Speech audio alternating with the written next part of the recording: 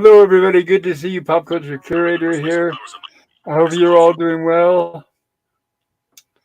Back with another review of Lost in Space because it is a Monday evening. I know we missed last week, but I promise you we will make up for that in abundance. And I wanted to say, I know we got a few people here waiting in the chat, and I'm going to say hello to you all. But first, before I do, if I may, I'd like to say hello to my esteemed fellow panelists. Um, I'm going to start with because I know Gorilla's Random Thoughts. He's finishing the episode up right now. He I'm hasn't quite finished it. still here. Well, I know, but you're still watching the episode, so I don't want No, to you're interrupt. fine. And Jill, and I drew to Jill's here. She stepped away. She'll be right back. So first, if that's okay, I'm gonna say hello to my good friend Stone Racket. How are you doing tonight, Stone Racket? Not too bad for a Monday. It's great to be here to talk to you and Gorilla and Jill, and hopefully PvP will get here to talk to all of you about classic Lost in Space episode. And it's always great to see you, Pop. Thank you. I know PvP said he's getting up at 6 p.m., which I think that's the same time for me, which means he should be along any moment. I know we're running late. It's already 10 or 11 minutes after the hour. And of course, I apologize for the train in the background. As soon as I get started, the train gets started as usual. That's okay, Pop. I'm quite used to hearing trains. I'm not that far away from some train tracks here where I live. All right. That's fine. And there he is. There's Hello, PvP. How are you doing? Not very late at all. Not too bad. It was kind of a long day today, but I'm okay. Can you guys hear me okay? Is my mic working? Yep. We hear you. Good. You sound out of breath. Were you running? No, just Okay. one of those long days. I'm a bit One of tired. those. Yeah. I'm tired actually. Yeah. So how are you all you guys doing today? Well, I hope. I am. I'm doing good. Wonderful. Yep. Doing good. That's good. How are you doing tonight, Jill? Yeah, I'm just fine. Just enjoyed this episode and ready to talk about it. Well, it's good we get a penny episode, so it's a little bit of break from the old trope with Will, Dr. Smith, and the robot. Yeah, not just Penny, but some Maureen too. Maureen, Well, a little bit of and Judy. we can't forget Judy. And speaking of Judy, when we get to that scene, I do not want to hear two certain words. I don't want to hear them. Ah! I'll scream like a little girl. They're not that what Jill just said. They're not that. They are space mines, deadly space mines. So scary. They could be cosmic beach balls. No, do not say that. It was nice to see the ladies, in this episode at the center. Like all the men were basically gone for the entire episode, pretty much. And Maureen gets to say in dialogue the theme of the episode, pretty much. She gets to fill John's role this entire episode, which is really fun. Yeah. Yeah, it was a nice change of pace. Yes, indeed. This episode was almost called Twinkle Twinkle Little War. Oh, you've read the book. No, actually, that's a bit of trivia, I think, at Internet Movie Database. And the Lost in Space Wikipedia, or whatever you want to call it. Yes. Twinkle Twinkle Little Star. Yes, that is correct. That's a quote from Irwin Allen's Lost in Space, the authorized biography of a classic sci-fi series, Volume 2, by Mark Cushman. And Jill is correct. That is the original working title of this story. It's episode 44. It was written by Barney Slater, Anthony Wilson, directed by Don Richardson, produced by Irwin Allen and William D. Ferrella. And I want to say, let's see, I did say hello to PvP. Jill, did you officially say hello to everybody? Hello, everybody.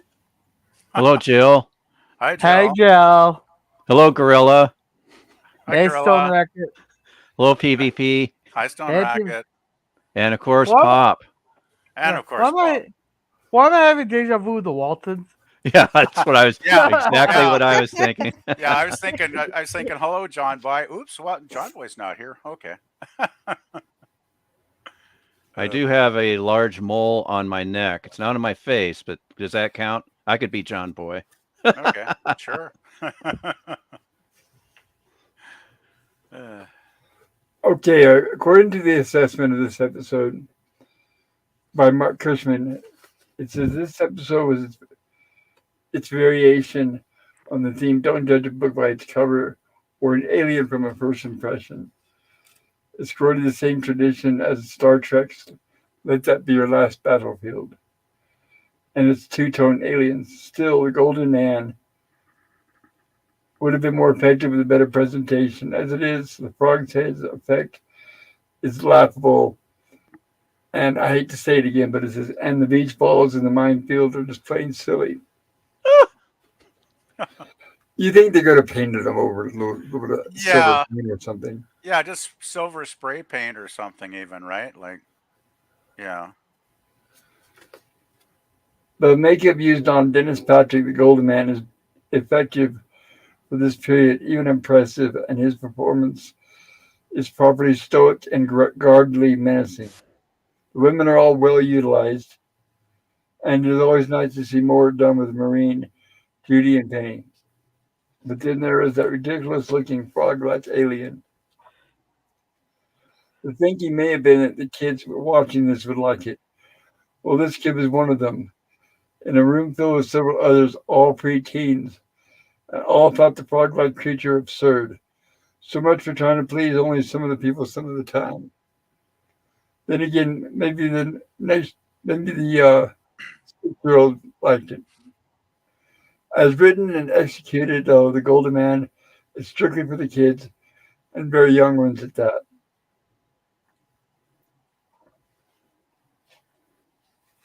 And I'm not going to go too much into the synopsis, because we're going to be covering the episode in very good detail. But it does say here it had the potential to be a delightful children's tale, a fantasy morality play with a purpose. Of course, the theme is handsome as handsome does, or beauty is only skin deep. Not helping convey the theme is how Robin says that bad impressions of the aliens were caused by his grouchy behavior, even before they saw his face. After all, Robinsons and Smith weren't judging the monster so much by his looks, but his attitude and general unpleasantness. Perhaps Slater's thinking was that smooth operators and charmers succeed through their insincere charm as well as good looks. And just because one lacks social skills does not make them wicked. It hardly mattered what Slater was thinking since he failed to convey that to the audience. After a quick script polish by Tony Wilson, Will was removed from the script and sent off to wherever John and Don had gone. Therefore, it was decided that Penny would wander into the minefield in Will's place. And of course, they good old censors put a stop to that, huh, Pop? Yes, like we cannot have a child endangered like that. So they put in Judy. Right. Well, and it also says on October 13th of 1966, in the scene where Penny is trapped in the minefield, we would ask that her terror not be abject and that she not be in tears. Wait, don't you mean Judy trapped in the No, minefield? this is the original script. It called for Oh, Will. this is the original script. Then they put in Penny, and then this is the censors saying no. Oh, okay. I see what you're saying now. But at least they're allowing women to be in danger. This is great. I'm excited. Yes. Well, as long as they're adults. And no tears. And no tears. The scene was taken out. We've seen enough of Judy crying. I don't want to see that either. Or at least see her whining like a little child. Yeah, exactly. Is what I mean. Yeah, we The couldn't tears- see her. We couldn't see tears though. We could hear her whining though. Right. The tears were taken out. The scene couldn't work without abject fear.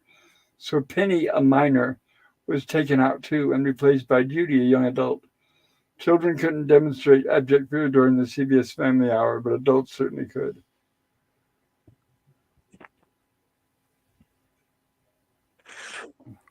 And like Jill said earlier, it is a scary scene, right, Jill? I'm So, sorry. Yeah. Well, It's okay. It's scary, but not quite in the way you're implying, Stone Racket. It's scary a in bit another way. tense. Oh, It's a I bit am. tense, but PvP wounds me deeply But- here. it would be scarier if I were more afraid of the explosive devices because they already go off, but they don't hurt her. Yeah. Correct. And Yeah, even though they were fairly close proximity. Now the original concept was, correct me if I'm wrong, Pop. It was electronic mines, so it'd be something that Yeah. wasn't quite visible, but we would see these mysterious explosions. Yeah, And- you're not supposed to see them. Yeah, until and after so, they and of explode. course, good old CBS.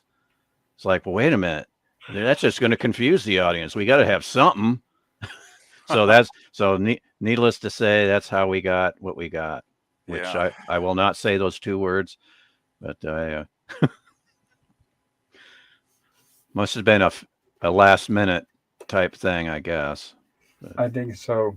I don't like it when producers step in and say, "No, the audience is too stupid to understand." Yeah, I know. It's like, no, Yeah, it would have been more effective if it was something like you couldn't see. It was like, what the heck's going on? And then the explanation would come soon enough from the Golden Man or Keema, I think. Is that right? Is Keema? Is that his name? Keema, yes, Keema. Yeah, Keema. That sounds right. Mhm. Dennis Patrick, who I would later see on Dark Shadows, and he was a slimy cuss on that one too. Yes, he always plays the bad guy. Yeah. Do you have that picture, Pop, of from the Cushman book where it basically says, "Would you trust this man?" Yes, I will be sharing that. Oh, excellent. Thank you. I wanted to add to, as well, another production note. By season 2 of Lost in Space, casting director Joe D'Augusta was wanting to head for greener pastures. He said he got an offer from Desilu, so he went to see Irwin and said, "I have this offer to be head of casting at Desilu. And they made me an offer that I twice the money I'm making here." Not that it was very much, but it was still twice what I was making at Fox. So I told him, "I'm going to take it." Irwin called the guy just under David Zanuck, who was Owen McLean and who ran all the departments, the number 2 man at the studio, told him to find a solution. Next I got a call from Owen McLean. He calls me in the office and says, "Joe, why do I always lose my best guys? Yakka, yakka, yak." And it went on. And finally I said, "What can I do to help you change your mind?" I said, "Well, I like these guys. I've worked with Gene Roddenberry before on The Lieutenant. And I also worked with Bruce Geller before. Sorry. My voice isn't up to it tonight, guys. I probably won't read a lot from the book. I do apologize." But that's cool, though. I didn't realize he was working on Lost in Space, and now he's going to move on to Star Trek to be a casting director. Yes. Now, Pop, if you want me to read anything, go ahead and just If say you have so. the book in front of you, you can interject at any time. Okay. Yeah, it wasn't Joe D'Augusta wasn't only the casting director for Star Trek, he was also for Mission Impossible. And so that's why those two series were quite good with their casting, if I may say so. I agree with you on that. Yeah, Yeah. absolutely. And also, it says in the book, he went to Desilu and he was casting for Star Trek, Mission Impossible, and Mannix, the other Bruce Geller produced series. Yep. That was a good show. Yeah. And somewhere in the middle of the season, I got a call from Irwin, and that's when he says, "Joe, I've got more series on the air than any studio in town. I want you to come back." So he was relentless. Even when I was gone, he went after me, says Joe D'Agosta. And Gorilla, are you done watching the episode? I'm just go ahead, Ed. There, I'm still fighting That's okay. a buffer here. That's okay. I'm going to go ahead and read some of the comments from the wonderful chat. And it looks like the first one was Stone Racket. Stone Racket, would you read this, please?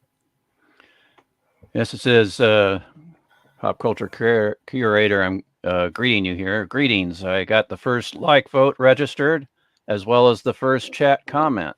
Well, thank you, sir. I appreciate that, and greetings to you as well. How about this one? And then I said, cookies for everyone. And that's followed by a bunch of cookies. Yay. Plenty for everyone. And Joe, can you read this for me? Suzanne Eckstein says, "Hello, Pop." Hello, Suzanne. So good to see you. And she also says, hello, Stone Racket. Hello, Suzanne. Oh, wait a minute. Hello, Lemon Pie. Oh, Lemon Pie. Hey, Scurvy, and hey, Suzanne. Good to see you, Lemon Pie. Yeah. Hi, Suzanne. Hi, Lemon. Hi, Pop. I hope you're feeling well today. I am. My voice, as you guys can tell, is a little weak. Not quite there, but I'm going to do my best. And hello to my good friend LDG. He says evening. Hey, Pickles. And LDG says, not to cause a ruckus, but figured, Pop, you might want to know. I had to find Maui a new home today. He's good.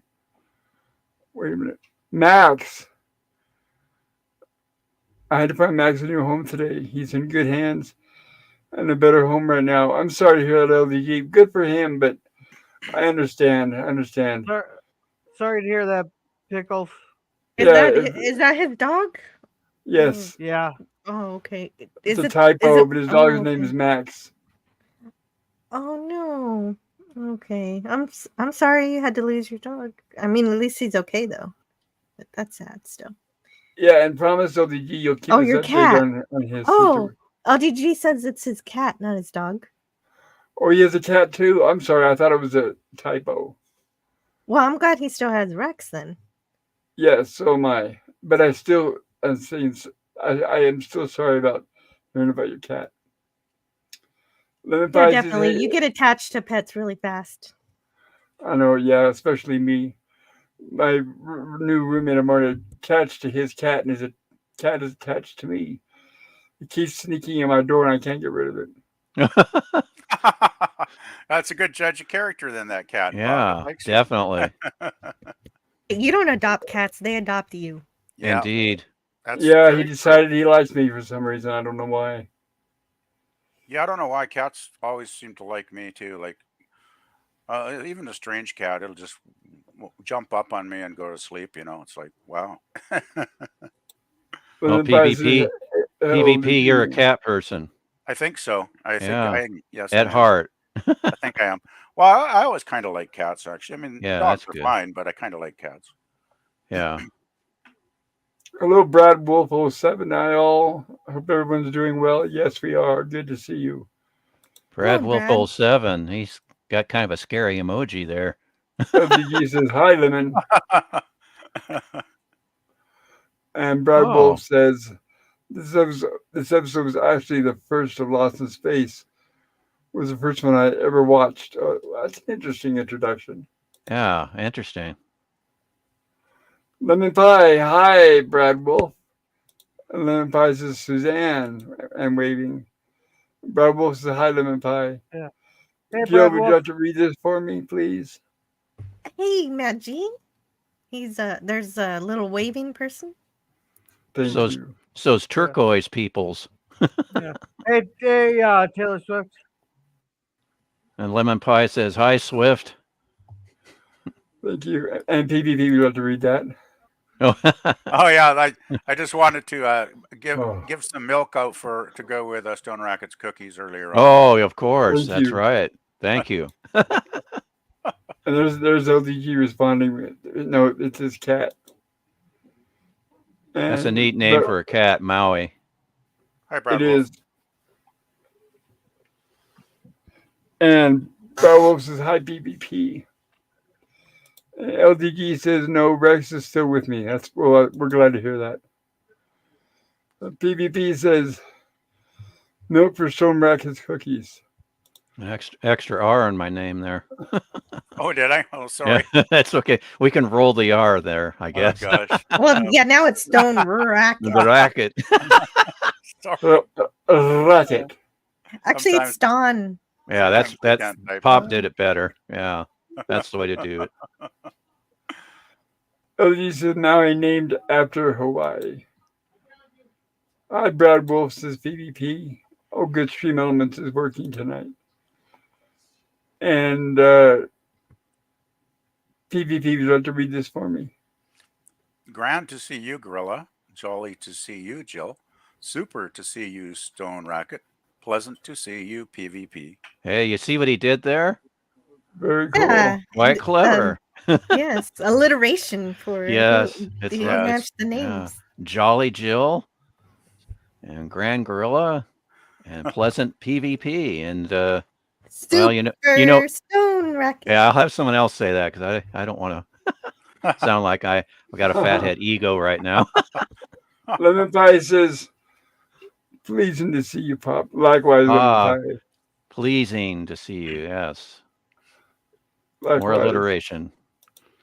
And on Okay. screen, I see a strange alien spaceship with cannons. Yes, we have a strange alien spaceship with cannons, but hey, at least this time it has some windows. Yep. And then it has some camouflage, it looks like. Well, yeah, it's base-proof plants. Terrarium. Yeah. Terrarium, yeah. Those must be cosmic space plants. You got it, PvP. Cosmic. And I can't remember exactly specifically, but I do think that the frog creature, the head pops up in another series. I'm thinking maybe Voyage to the Bottom of the Sea or one of those, because I think I did see it somewhere else. Yeah, I seem to recall that as well. It did look familiar, yeah. Uh-huh. Well, when you say that the things that Penny does were going to be Will's, it makes sense because look, she's the human shield here. Yes. Well, it doesn't matter what child is with Yeah, Smith. He's gonna use them as a human shield, isn't he? yeah. Even if he was with Dawn, he'd be behind Dawn as well. Oh boy. But the one thing I like about this episode is that Penny does not give up on the space frog alien. I thought Penny was really well written in this episode. Yeah, actually. she's just sweet, you know. Well, she's kind of like back to like real, Penny, like the way Penny Yeah. should behave. Yeah, I like it. Instead of my friend Mr. Nobody, it's my friend Mr. Space Frog. Yeah, something like that. Yeah, Something like that. Agreed. Close enough. Agreed with that assessment, PvP. Oh, thank you, Jill. But yeah, it was nice to see Penny getting back to her regular self, because some episodes she's kind of veered off on some season 2 episodes lately, it seems. So Yeah, now as a kid, I have to admit that I was drawn to this alien. to the frog. Yes. I mean, even before we realized it was a frog. I have no friends, and and I'm kind of like, no, I think there's something up here. It's like, Yeah, I think that's the first hint that it's an outcast. it's kind of like, yeah, so I felt for the frog. Okay, there we go. It's hard for the frog to trust anybody. Yeah. Well, I mean, he's a frog, right? So he probably doesn't get the best reception some places he goes, right? Just saying. Mhm. Yeah. And I was looking it up. I didn't get a chance to finish looking within the chapter. But I'm thinking that the guy who does the voice of the frog is the same one who does Mr. Nobody. Gee, I really don't know, because Mr. Nobody kind of had an echoey quality, didn't he, to his voice? Well, they added that reverb because he was in the underground cave. Yeah. Yeah, the thing is with Ronald Gans, he played the frog and he did the voice, but as you can see, Bill Troy was actually on screen instead of Ronald. So it's like, that's a fine how do you do? I know, right? Oh, so his voice was dubbed over Yes. for the So- entire episode. That's cool. So, which one was the Hmm. frog and which Okay. one was the voice? I'm confused now. Okay. The gentleman that did the voice of the frog that you hear on the soundtrack is also in the costume. Oh. When he appears as human, it's Bill Troy as handsome alien. Oh, right. Yeah. But his voice is still done by Ronald Gans. When Bill Troy opens his mouth, it's Oh, overdubbed. really? Yeah. Oh, wow. Well, that kind of makes sense, actually. Yeah. Well, it doesn't if you're Ronald Gans. It's like, No, but I'm just saying, it might have. Well, once again, the producers were probably thinking, oh, if we have a total, I mean, it's bad enough he's a different guy, but if we have a different voice, then the audience is really going to be confused, right? So, they probably wanted some consistency, but with the voice. no, I mean to have the actor who's in the suit be the handsome alien at the end. I guess maybe they didn't think he was too handsome or something. I don't know. I don't know. I don't know. I don't know. I don't know what the guy looks like. So Yeah. you know. No, I enjoyed this episode, but I do have some critiques for later on. According to Internet Movie Database, William Bramley did the voice of Mr. Nobody. So that's a different Yep. guy. Then. Different guy. Yeah, I had a feeling it was. Yeah. Yeah, I just don't recall exactly how that voice compares. A slight touch of arthritis. Ooh. Oh, yes, that was and Maureen looks overjoyed by that thought, doesn't she? Yeah. I'm like, yeah, I didn't like hearing that when my I was just barely into my 30s and the doctor goes, yeah, you got your large toe on your left foot is arthritic. I'm like, Oh. what? Wow, that's not good. What? By the way, that's a great still of Maureen there, Jill. That's Uh-huh. that's totally hilarious. I'm loving it. yes, I did laugh at this joke. It was amazing. And It's good. Smith was so offended. Look, a falling star. No, I think it looks like that spaceship that we always keep seeing. Oh, wait a minute. It does look like every spaceship. It looks like all those spaceships. Yeah. And of course, when Mr. Frog takes off, it's Traveling Man once again. Yes, exactly. Oh man. Oh, this is pretty good at the start with Smith doing his what would you call his them? morning exercises, I guess. His morning squats Yeah. or whatever you might call them. What- Yeah, what I should would we prefer the credits be over anything but this. Oh, come on. It's just reminding you to do your daily exercises. Morning What? Constitution. What exercises? I'm a slob. No, I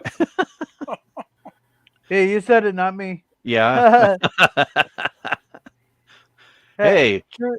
I think got it's time. I think it's time for well, for me it would be fourth breakfast. No, I'm not second breakfast, but not third. All right. Can we catch up on chats real quick? We've had a bunch come in. Hey, there's a present. Thank you, Gorilla. Yeah. All right, Mikey. Welcome, Mikey Seuss 4. He says Dennis Patrick as Ken Moran, Janus as the frog, Bill Troy as the handsome alien there. Scurvy says, Yes. hey, Mike. And Scurvy says, what? Here, Sonar, can you read this one? He's Lemon Pie says, "What's alliteration?" Just kidding. Of course, Lemon Pie knows what alliteration is. He practices it very well. All right. So, and Mikey says Dennis Patrick also starred as TV's Dallas and Vogue Leland, and he died in 2002. His poodle during a fire in Hollywood Hills. Oh, He suffered from cancer in '84. oh, that's Jeez. terrible. Talk about Thanks for bringing us down there, Mikey. Yeah, it's not bad enough to have cancer, but then you'd end up dying when you're Oh, talking to a fire. yeah, with his dog too. It's like, Wow. oh, that's sad. Yeah, well, that Poor could Pooch. have been a blessing depending on how much pain he was in. Well, Yeah. yeah. Still, I can think of better ways to go than dying in a fire, Gorilla. You know, just saying. Alrighty then. Kirby says, magnificent to see you, Mikey. Thank you, Sir Lemon. Then arthritic big toe, the old ABT. Yeah, arthritic big toe. Hi, Mikey. And I can tell you how it all started. It was when I was in 6th grade. Somebody stepped on my left toe when we were wrestling. Wow. Yeah, I was pushing back, and anyway, Randy Sevdy stepped on my foot, and he was a big kid. Now, how can I tell what location? X-rays or what? Oh, Or there's a big problem going on with I had the stabbing pain in the heel arch area of my left foot, and of course everybody on the night crew, they go, it's your back, go to a chiropractor. But I went to the orthopedics and they did everything, including an x-ray and a bone scan, and they gave me these orthotics, didn't do a darn thing. I went to a chiropractor, problem was solved the first day. So it was my lower back that was causing problems in my my foot. But it was when they were looking at the x-ray, they go, you've got an arthritic big toe. And of course, the first thing I thought of was, after the shock, was Randy Sevdy, doggone it, you stepped on my toe and injured it back when I was in 6th grade. But you don't hold a grudge, right, Stone Rocket? Oh, of course not. You can tell by the tone of my voice. I don't know. No, I can still run, and I can still, as long as I can still get around and do hiking and whatnot. Every once in a while there's a twinge of pain, but as long as it's just occasional, I can live with it. Yeah, I know the feeling. Good. At my age. And the two women here, Perfume. All right. Welcome Geek Flag with Nate Knows, 1973. Hello, He Geek said Flag. Hi, Geek He Flag. says his own daily calisthenics. And also Yes. pay attention to that box in the scene. Oh, Bravo yes. says, hi, Mikey. Hope you're doing well. And so morbid I am. Oh dear. And Geek says maybe he started the fire himself. Oh, I don't know. See, I don't know. Let's get even more morbid, right? Like, oh man. Oh yeah, I could get worse than that, but I'm not gonna. Mikey Sue's 4 says, I hear Pop's train. LOL. Yes, that is Pop's train. He owns it. And that's all I'm going to say. No. Well, I just told Lemon Pie says arthritic big toe will be the name of my heavy metal band. Oh, that's a good one. Patrick was also in the Alfred Hitchcock's Hour as well as Dark Shadows. Oh yeah, he was in so many things. Yeah. Yeah, I remember him in Dark Shadows. Yeah, and sure. he's like this other actor whose name escapes me, but he was just always played a slimy jerk. All right, we're all caught up. Thank you, Gorilla. Yep. This looks like caviar. It's like, okay, whatever. And you know who's going to get that? Don't Oh yeah. The ham. A ham. Well, this is a good line coming up. Happy. This is a good line coming up. But then all the everything presents disappear. Yeah. And this guy takes its place. Yeah. I thought that he turned into he turned the presents turned into the golden man at first. Or specifically the ham, right, Jill? The ham. But you know what? I'm still not. Yeah, right. I know that he's not the presents afterwards, but he does turn out to be a changeling. Yes. Sorry. Spoilers. Yes, he does. Spoilers. Interesting. Yeah, we don't. Let's not get into that quite yet. Yeah, but there's the golden man. Now I was wondering about the paint. I mean, I know some actors had bad problems with paint being toxic on their skin. Like Is there any backstory on this at all? I'm just Well, wondering. it's a long ways from Wizard of Oz when they used aluminum in the silver, but Oh, they had I'm not sure the specifics, but the makeup had come a long way, so it wouldn't be so toxic. okay. That's Yeah, I think by this point, I don't But think yeah, it's fixing the skin. I that, think it was yeah. grease I mean, paint. it looks really good. I mean, it. Does look good. yeah, yeah. It's very well done. And even though Dennis Patrick plays a lot of slimy characters, he's always very good in whatever role I've seen him in. And look, the presents have reappeared. I guess he didn't want them to be distracted by the presents while he was talking. I guess so. And then he gives them back afterwards. Yeah. And they all magically went right back into the box so they can retrieve them again, even though everyone was holding something when the Golden Man appeared. Well, Like, okay. You got some great shots of Marine here, Jill. I'm just saying. Yeah. Yeah, well, she's actually prominent in this episode. And it's here's a the lot of best fun. line from Marine. There's always two sides to every argument. And then the next one, hopefully you got. Oh, okay. I got it right here. Okay, sweet. And the truth is somewhere in the middle, right? Something like that. That was And a great line. And more often than not, the truth lies somewhere in between. Yes, in between. Thank you. That was a fabulous line. I thought, wow, like that's for Lost in Space. That's like, that's like Shakespeare or something, for Lost in Space. Well, yes. Right? Well, we didn't explain that the Golden Man was here. He's like a representative for his home world, and he's at war with this other alien that we met at the beginning of the episode. And so they apparently, to be more civilized, they go to a neutral planet to do a war between those two people. It's kind of strange. Yeah. Pop. Yeah, it is kind of, yeah. Rewatching this episode, I couldn't help but think of a made-for-television movie starring Lloyd Bridges and Angie Dickinson called The Love War. Do you remember that episode? Movie? No, I don't. Yeah, it was 1970 made-for-television movie of the week on ABC, and it's the same basic plot where they're using Earth as a neutral ground. These two alien races are using Earth as a battleground, a neutral battleground. And I think there's Angie Dickinson is in it, Lloyd Bridges, and Daniel Trevani of Hill Street Blues fame. I can't think of the other actors, but there's basically 4 aliens on each side at the start, and I think they've already taken out. Each one has taken out 1, so it's basically 3 against 3. And Angie Dickinson is a woman that the Lloyd Bridges character encounters. Okay, gotcha. And it's kind of like a Twilight Zone episode, except extended to, an hour and a half.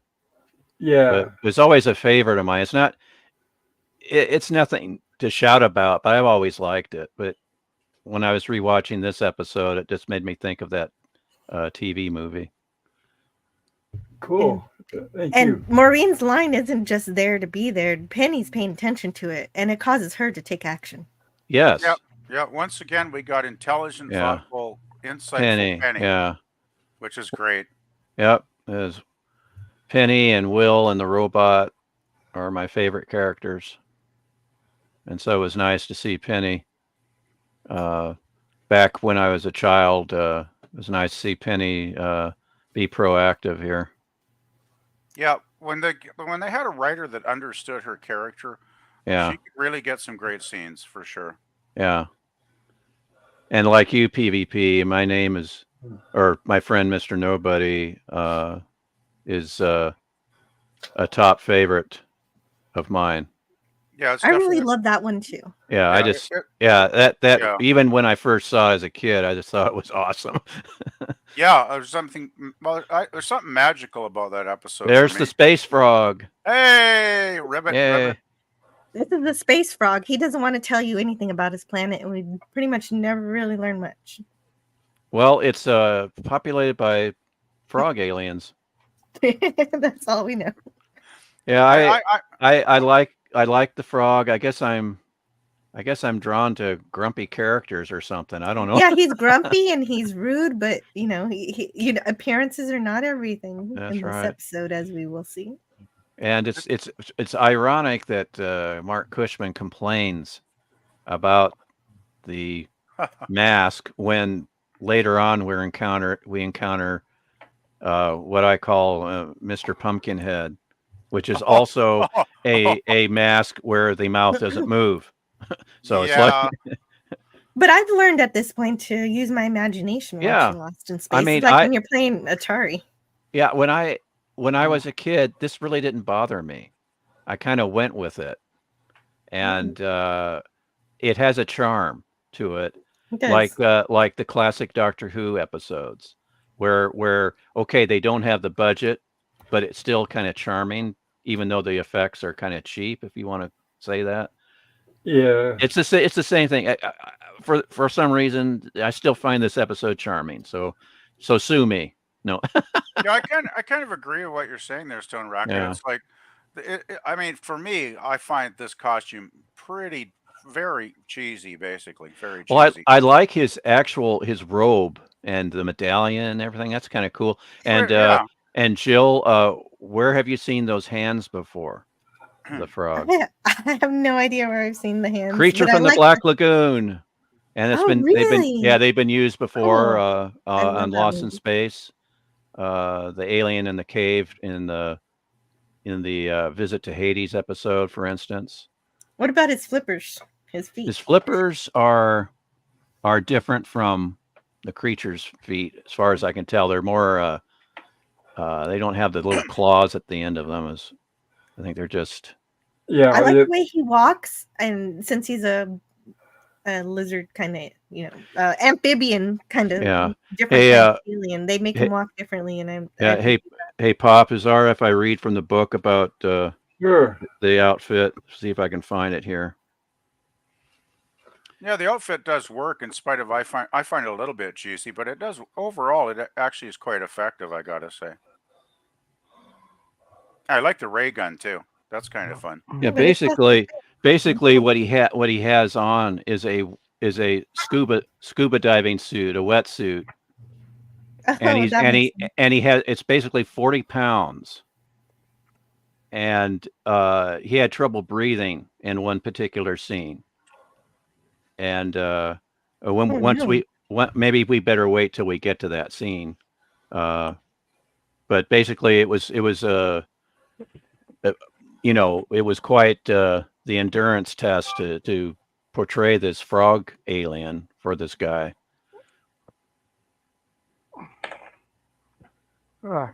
Should we catch up on chat? Sounds like a plan. Scrolling. Raw high. All right. Geek says, he's laughing. They says explosions. And here, I'll let someone else read this one. Azure Time says Golan Globus, the famous producers from, was it Israel? Pop? What was that? Canon Films. Canon Films. Globus. Yeah, Canon Films. Alrighty. And then Mikey says, notice how the gals were growing up steadily as we reached season 3? No comment, Mikey. No comment. This is a family show. Well, it's more so you could see Penny and Will growing up because they were younger when the show started. And the rest of them are already adults. Sorry, go ahead. Yeah, they're getting taller all the time. Yes. And the adults like Don and Judy, they were already older. Don was in his almost 30. And not Maureen, but Judy was in her 20s already. So yeah, Marta Kristen. Yes, thank you. Oh, she was done growing when the show started. Yeah, she was married and had a husband and everything already. Yeah. All right. Mikey says, in the Golden Man, Penny finds herself caught in the midst of war between the leaders of two alien species. The episode is filled with intrigue, adventure, and intergalactic conflict. Then welcome Edge of Time. He says, those Space Hello. 1999 live streams at Shout though. On Shout. Shout. Okay. Oh, I didn't know that. Like, Shout Studios. It's interesting. Yeah, Shout Factory. Uh-huh. Yeah, so they have these little live streams on their channel. yeah. I don't know. Would that be their website, I should say, or is it a YouTube channel? Huh, interesting. Didn't know that. I know they have a YouTube channel. Okay, cool. More than one, actually. Oh, okay. What is it? Wait, what is Mikey saying? They have what with Lost in Space? I'm sorry. Oh, he was basically give us a description of the episode, but he goes, yes, Shout Studios here. Then Geek says, more people now these days shouldn't hear that line. Okay. And Bradwell says, yeah, that line was fascinating deep. You don't see that much these days. What line would that be? I'm a little lost. Probably I the guess one that Marine said about. Just the one with Marine. Okay, I didn't. Yeah, you can't trust it. You have to hear both sides of the argument. Okay. Yeah. About the Yeah, I truth was thinking that's what it was, but they were more impressed than. Yeah, about Yeah, the truth. interesting. Yeah. The Well, I'm truth glad they're impressed by that. That's good. about the truth often being in the middle, I think is probably what it refers Right. to. Right. Yeah. I And wasn't nowadays, sure, but Yeah, now I yeah. am. Nowadays, we're only allowed to hear one side, or else Well, that's true. Everybody flips out when you go interview the opposition. Well, That's right. I gotta say, I think one of the toughest things in the crazy world we're in nowadays is trying to be a moderate. Sometimes is frustrating because Or seems at there's a least lot of extremist viewpoints out there. Yeah, or at least having an open mind to opinions. Yeah. Well, yeah, that that's aren't thrown. Yeah, That's what I mean. an Yeah, open that too. mind, or being moderate to that side in power now, what makes us extremist in their eyes, which is completely outrageous. Oh man, you can't win, eh? Can't win. To me, it seems like they're just totally. If it's a counter to what they're trying to convey, they'll just censor and block it altogether. Right, exactly. Yeah. You got to follow lockstep, or you're committing violence. Yeah, somehow. that's yeah, right. exactly. You got to fall into line and be a sheep or whatever. It's not. There's no rationality. There's no logic. It's just all emotion. Emotion. Yeah, look. Yeah. Yeah, look how much they freaked out when Tucker Carlson was just going to go interview Vladimir Putin, and they flipped out on that, calling Right. him a traitor. Anyway, Yeah. It's just. It's Anyhow, let's ridiculous. get away from That's how you know politics. this is but that's how you know this is a good episode. It's getting you to think outside of Well, that. yeah. And it's incredible for that. Indeed. And I appreciate it.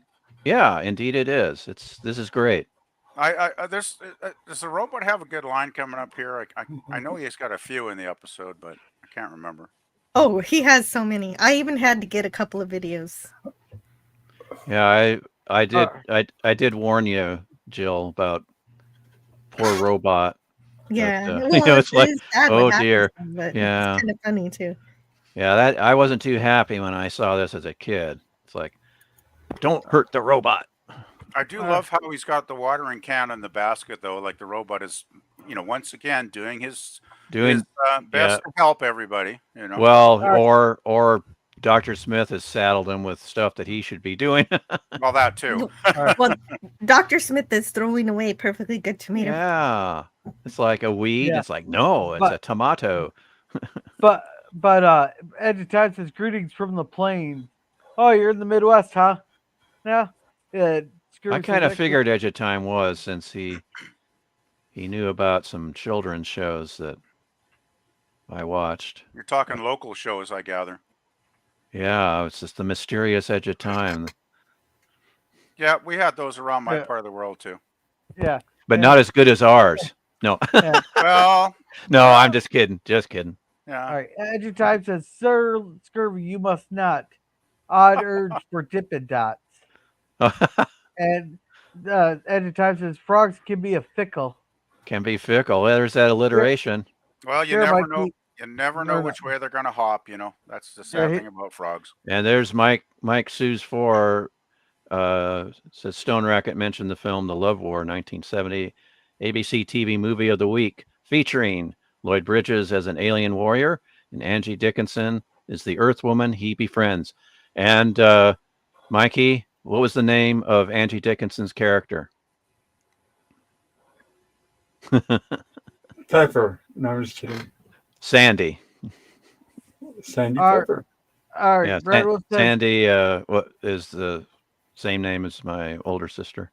And another highlight in the Love War, there is an orange tabby cat. Oh, you can't beat it then. Can't beat it. That's right. "Oh, I'm pretty sure you can still beat Orange Cat." But Hey. anyhow, Brad Wolf says, "All I can say is this: the frog people are terrified of the little green mass eater known as Yoda." Okay, whatever you say. Yeah. Here, can you guys read these for a second? Yeah, Edge of Time says, "Oh, what a temper he is in." And he also says, I've been known to partake in the Star Wars. Yep, Star Wars. Wars. Not Star Wars. It's Star Wars. Wars now that Disney has it. Yeah. Makes sense. Yeah. That now there was somebody in Doomcock's chat that came up with that. I can't Oh. I think yeah, it was that's- Disney Sheepherder. I think it's the one that started the Star Wars. Oh, that makes sense. Disney Yeah, Sheepherder's a big so we Star could, Wars yeah, fan. let's give him credit because I've used that too. It's just I love that. Star Wars. You actually just mentioned a channel that posted something, I believe, today about how Disney lost so much money on Star Wars. Oh yeah. Well, 'Cause, that's it was- old news because Valiant is. Renegade already established that I think months there was ago. there was a new thing. It was one of the Wall Street, the big financial companies that did an expose of them. Yeah, I know, but Valiant know. Renegade was already there. Oh, okay. Well, I it's didn't not see that. surprising, and I'm sure that there's something new in that video because Oh, Well, he no, figures yeah, out. How much? yeah. How much? Oh yeah, how much, BB? Do you remember? I don't. Anything? I didn't. I actually had to get working, and I didn't have time to watch Yeah, it. But I just looked at the headline and the little Okay. blurb underneath. The Mhm. little description and It's- Gotcha. Yeah, according to Valiant, I think, now don't quote me, but I think it's around they're 2 billion in the hole Yeah. because Ouch. of what Ouch. all the money they spent, including not just production but marketing, Well, compared they're Right. gonna to have to. they're compared gonna to have to what they sell paid something. for it, which was 4.1 billion. They're Right. they're So close it's- to they're close to 2 billion. It's like 1.9, I think, or something. 1 point, So it's lost half its value. pretty much, as I recall, but don't quote me. Well, it's financially, but Ed- popularity-wise, it's lost all their value, in my opinion. Edge of Time says, "I am familiar." And I have heard of it. Cool. Geek Swaz says, back in ancient England, if two lords wanted to go to war, and if one had an obvious larger army, the lord of the smaller army could challenge to one-on-one combat. The two lords or a champion. Yeah, interesting. Duel. Yeah, Mike, he says, Ron Gann says the frog alien voice. He also voiced Pride. Also voiced Pride and- from X-Men animated series. as well as Stunnicon from Transformers. He passed away in 2010 due to pneumonia. Edge of Time says Adventure People Color Scheme, also Space 1999. Have a good night, Brad Wolf. There, he says, work Good night, call. Brad Wolf. Thank you for visiting us. Oh, Thank you for good coming night, by. Brad. Good night. Don't work too hard, man. Yeah. And Edge of Time says all Gary Anderson shows live streams. Okay, there are like Actually- 600 people in chat. I think that might refer to Shout Factory because they've been live streaming a lot of shows lately on their channel, which is kind of fun because they're showing Yeah. like uncut episodes, which is great. All right. But didn't somebody say that Shout Factory was streaming Lost in Space? I haven't seen that firsthand, but I by haven't the either. way, the company that reported the latest Disney failure was Forbes, and Good. I think Forbes is fairly respected in the financial circles. They are. Yeah. Yeah. Yeah. Yeah, that what's adds a little bit of credibility, right? So what's interesting is what Valiant has covered on his channel. the trades are finally catching up, like months yeah, later.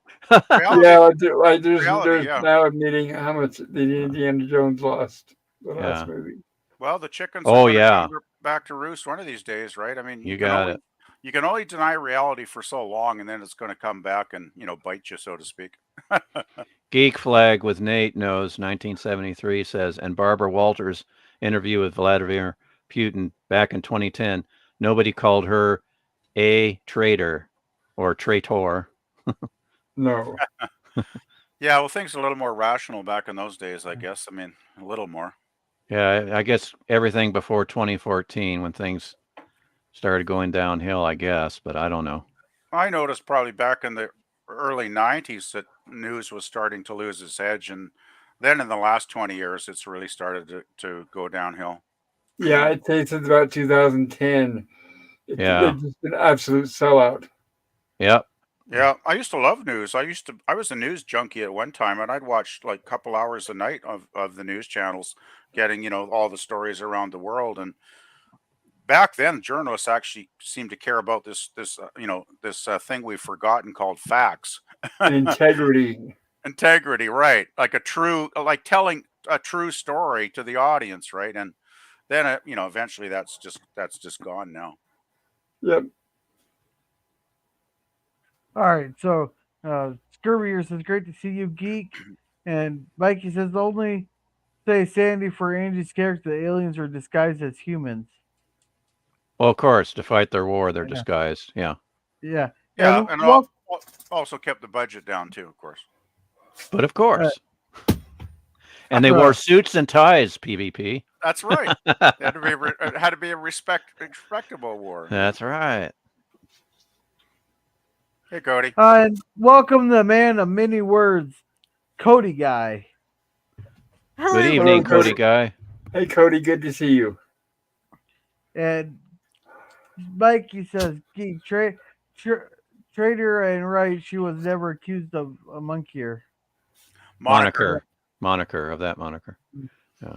I can see All why right. Gorilla would say monkey or whatever. There's the Canadian coming out in me, PvP. Okay. Okay, fine. Well, Keema, man. for whatever reason, Keema wants the Robinsons' weapons. Yeah. for his Gee. war. Now this is where it's like, what? Well, he Especially does say why. He says It's- the him and the frog aliens' weapons are matched and they can't destroy each other. They need the Robinsons' weapons in order to have one hand above the other. but it's still kind of shaky when we get down to the finale, though, because it looks Oh, like I know. Yeah, it looks it's kind of like, those well, laser weapons are way more powerful than we thought. yeah. Yeah, I don't see why he'd need Earth weapons, because I imagine Earth weapons are like puny compared to alien weapons. At least it seems like Especially that huge thing that he has back at his camp. It's like, Yeah, we're just supposed to consider that they're different. So they're different. So there's no defense against them currently yet. Yeah, that's true. But I think it just the writers, the writer wanted to, let's have another scene with Smith, making off with all the ray guns, and for like the 18th millionth time, because he could easily steal them whenever he wants to. Yeah, you know what though? I'm surprised he doesn't do it earlier. He actually goes to Marine. He's actually honest at first, and he's like, "I want to do this," and he actually asked for permission. And I was shocked that it took him as long as he did to steal the weapons this time. well, what's interesting is ever since the Ghost Planet, it's like, wait a minute, nobody picked up that big bag of weapons that Smith took to the robots. The robots. And it's like, as far as we know, it's still back on the Ghost Planet. But it's like, well, no, I guess not. I guess they still have plenty of rifles and pistols. Right, and even despite, now remember this show is supposed to take place in the late 90s. There's no mention of nuclear weapons. They're all lasers. That's actually strange, because nuclear weapons were a very big thing back in the 60s. I can remember as a kid. I mean, they were always talking. Yeah, but they were always talking about the world's going to end with a nuclear war and all that stuff, right? but And I think it's Family Hour stuff, though, right? They couldn't but mention Smith that on Family Hour. Smith Yeah, says I the think Jupiter so. 2 has neutron bombs. Oh, it can do the In- neutron in it- dance. In this episode, he says that the Robinsons have neutron bombs, doesn't he? I don't remember that line. I don't remember it Neutron either. something. Yeah, I thought. Well, maybe Joe's got a caption of it somewhere. Guess we'll find out soon enough. I still think they should have had like a voice activated code or something to open the weapons locker. There you go. Yes, there should be security on Jupiter too, Yeah. but it And doesn't just seem don't- like there's very much. And that Yeah. and if Smith tries to open it, it will not open. But in this case, all the weapons were just on the table, and Marine was like, "Smith, can you go put the weapons away, please?" Like, what? Oh man. that was her mistake. Yeah. Big mistake. Yeah. Well, I'll give my critique later, but yep, that's one of them.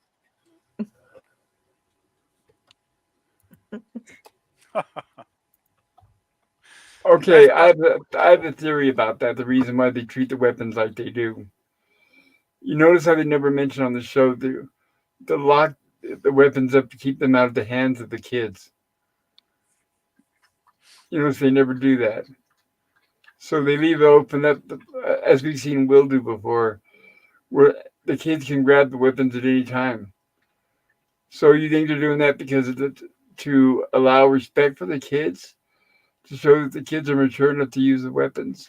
Yeah, that was proven right away in the first season with Will saving the day against the Cyclops. Yeah. And so Will at least is, well, I would assume since Will is trained, that everybody else, Judy and Penny, of course, and Maureen, they're all trained with the weapons. So yeah, I'm trying to remember up to this point, have they ever shown, let's see, Penny or Judy with weapons? Judy, yes. Judy's had a weapon. Yeah, Judy's had a weapon. With the killer plants, right? Attack of the killer plant or monster plants, I think. Yeah, I think. Oh. Yeah, I think she had a pistol back on that episode. I was thinking more recent in the second season, but yeah, I think it can go back. Could be. Yeah, there was an episode, I believe, with Judy and Maureen both having like holsters with laser guns in them. But I can't remember. The episode. One of our dogs is missing. Maybe that episode. Possibly. Quite a while back. Yeah, quite a while back. But I was wondering, has Penny ever been shown with a pistol? I don't think so. I think so. I feel like she has. Okay. One time. Yeah, for some reason I don't. It's not coming to me. Yeah, I'm not visualizing it really, but yeah. I still think they could have a simple passcode, like just give their name and like maybe 2 or 3 numbers, combination of numbers and letters, like be like Penny 12 4H or whatever, and it would unlock the weapons. Like, I don't know. It just seems like it would have been simple enough to do, but I guess I'm being too picky. It was in the magic mirror. Penny finds a boy's cosmic shooting cannon. Oh, there you go. Does she shoot it though? I don't know if she shoots it though. She doesn't. I don't think she does. Okay. Oh, you mean the thing that she shoots in the water to get out of the mirror world? Yeah, she shoots it. Oh, that's right. She shot it. What? Into the water. That's right. Into the reflection. That's right. Well, I was thinking I meant the Robinsons' laser pistols or rifles. Yeah, I was thinking of Robinson technology, not alien, but that's a valid point. But Bill's right. She does shoot that. No, that is true. I remember that now. Yeah. Yeah. Yeah, no, I guess she hasn't shot a laser gun though. Yeah, it's too bad. I want Penny to be packing some heat, It's boy. Like as next time an alien insults her, she'll just go, well, insult this. You want bad girl Penny? Is that what you're saying? No, I want Penny to stand up for herself with a little bit of firepower, but not actually shoot an alien, but maybe shoot a rock next to the alien or something. Oh, okay. Okay. Oh, right. Sense. That would be her style to scare them off or to try. Yeah, she wouldn't actually want to cause physical violence. Exactly. Yeah. Oh, now how many times have we seen this? Henceforth, our friendship is at an end. It's like, oh, Yeah, I he's always know. breaking up with the robot. it's like, no, the robot's your bud. It's getting to the point about the same amount of times Smith stealing the weapons, which seems to Yeah. be an endless amount of time. So yeah. Oh no, Jill, I need to avert my gaze.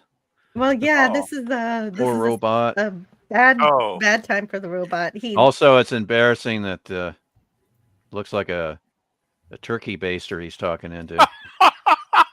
it is a turkey baster. Oh my. And look at that white column, that light. Where have we seen that? Where have we seen that device? Warp All drive. over the place, isn't it? What was that? It seems like we've seen it all over the place. Yeah, it Several- was the weather station in either the previous episode or the episode before that. Yes. And Yeah. the robot finds out that Keema's been lying and Yeah. use their weapons to destroy the Robinsons as well Yeah. as the frog guy. It's like liar, liar, pants on fire. So how But- did this? Oh, go ahead, Joe. Well, that's okay, but Keema catches the robot, and to stop the robot from being able to communicate, he zaps him, and the robot kind of goes a little crazy. Poor robot. Yeah. How did Yeah. the censors let Family Hour have our beloved robot get zapped? Look at that device there to the left of the robot. Right, that's the device Pris- they call it. Prisoners of Space. And then Yeah, also Wally Cox's character had that in his cave. Seriously though, how did they let the robot, being, damaged like this go by? Like, you think they would have said, well, that might scare kids a little bit. Well, that was my point last time we talked. That they're worried about children, but the thing is, what about the effect of the robot being torn apart, singed, scorched and singed, and then and then what happened just here in this episode? All of the violence is allowed against the Yeah, robot. it's like, it's just a robot. It's like, well, wait a minute, the kids have feelings for the robot. Yeah, so he's not human, so they can do whatever they want. Yeah, I mean, to me that's so callous because it would certainly especially younger kids. That's prejudice against robots too. That's right. But I That's like right. it because I don't like those rules to begin with, really, because kids can understand the reality of people being hurt, and this is a bit of reality that's allowed to be in the show. Yeah, Oh, I mean, I agree 100%, Jill. But and I mean, it depends on your parents, like at such an early age. My dad drilled it into my head that you do not go behind the TV. You do not go where the outlet is. He taught me about electricity, things that were plugged in. He Good says, idea. you touch the plug, it'll kill you. And I saw the TV repairman with the back of the TV at a very early age, and all the vacuum tubes and everything. So I knew it was a device. And I'm sure my parents, even before that, said, well, what you see on TV, that's all pretend. So it's like you got to have good parents to prepare you so that, things like what we're seeing here, the violence, we just know it's all pretend. Well, I think, like Joe pointed out, I think a lot of times censors want to coddle children like they're all, stupid or something. Well, especially CBS. Yeah, and I remember I was like probably, when this came on, like 7 years old, and I totally got the show like from day one, and there was nothing in it that upset me at all. So Yeah, I wasn't upset. I mean, I was watching Outer Limits, and that had monsters every week. Oh yeah, Outer Limits. Yeah. And the monsters in my nightmares were far more terrifying than anything I saw on TV. Oh no! Oh no! Speaking of terrifying. Yeah, terrifying. Yeah. Jill, I must look away. Oh, you're afraid of the beach ball. Oh, don't say that word. Don't say those words. No. This is the perfect thing. This is how you mess with your enemy. There, you put a bunch of beach balls around on the sand there, and go, and and you can get a game of soccer going. Guys, you can't. I'm gonna have to mute myself. guys, don't keep saying beach balls. Oh, thank goodness he muted himself. Yeah, that was lucky. And No, but I think I it's still- brilliant. I think it'd be brilliant. wow, okay. Yeah, I never know what Gorilla's gonna like. In Beach Ball Explosives, big Come on. hit with him. Oh, come on. As unexpected person comes along and goes, hey, we can get a game of soccer going. Go to kick the beach ball, and I'll have to use my other leg. So But they I'm can't be taking it- that destructive because they're going off and nothing bad's happening to They're Judy. deadly space mines. End of story. So Gorilla, are you saying you're giving this an A+ just because of the beach balls?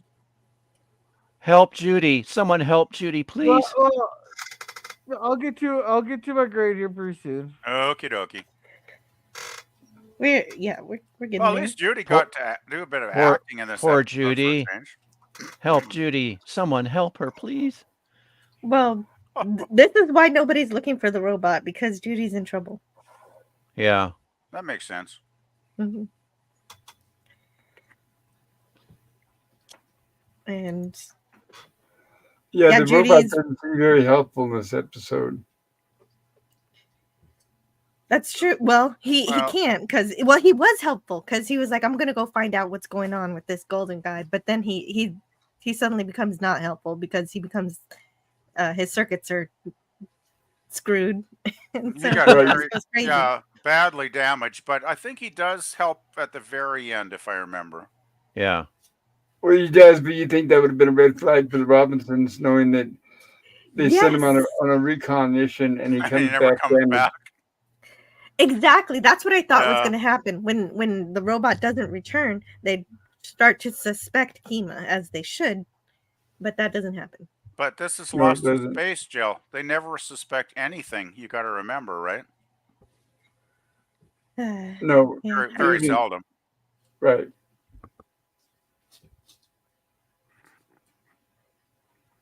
But the golden man rescues Judy, Yay. and it takes them a while to suspect that maybe he planted the mines. Right now, they're really happy with the golden man. Even though he did bump into one of the deadly space mines and it didn't go off. Yeah, must have been a dud. Yeah. Yeah. Well, maybe he's got magical powers and the space mines won't interact with him. Yeah, because they're his space Sure. mines. Exactly. Of course, it did get a reaction out of Maureen, and it's like, oh, Yeah, I was disappointed that this tricks Marine into sharing the weapons, but she yeah. eventually figures it out. Oh, boy. Yeah.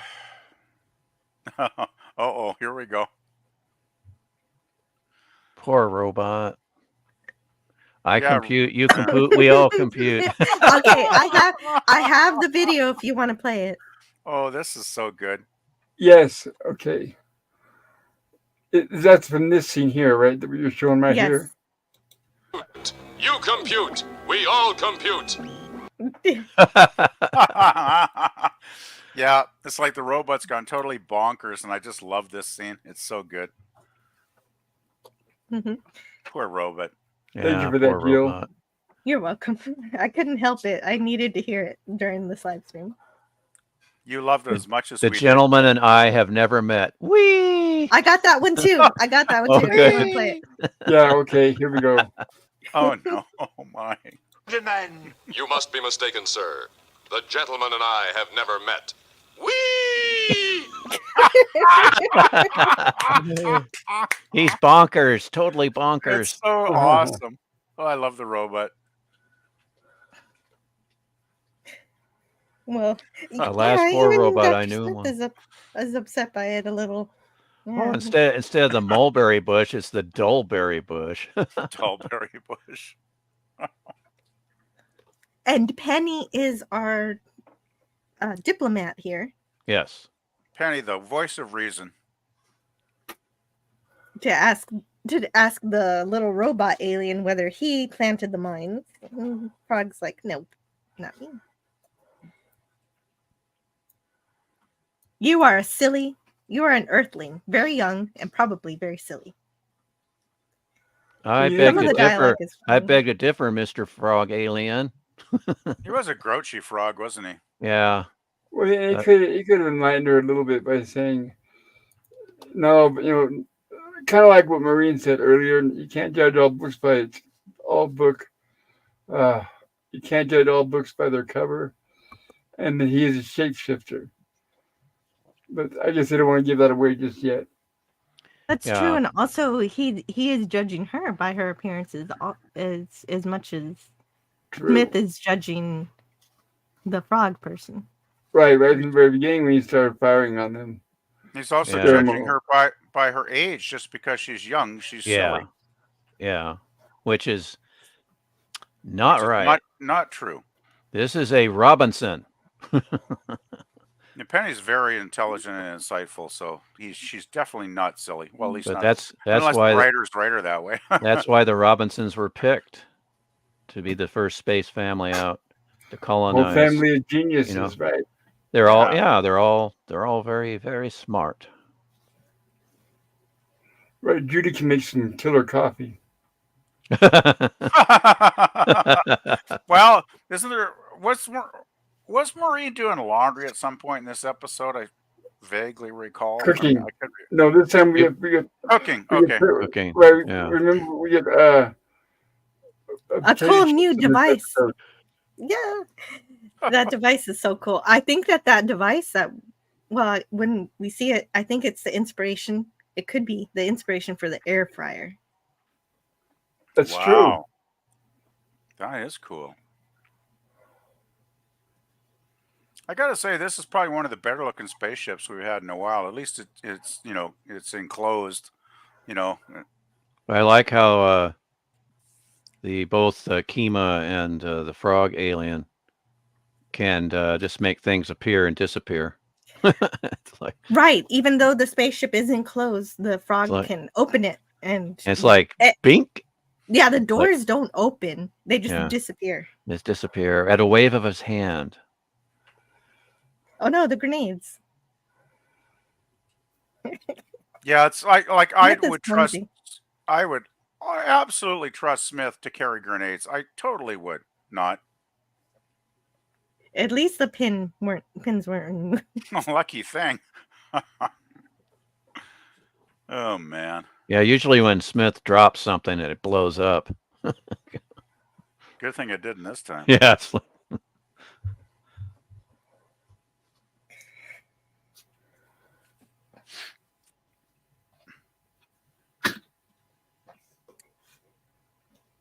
So,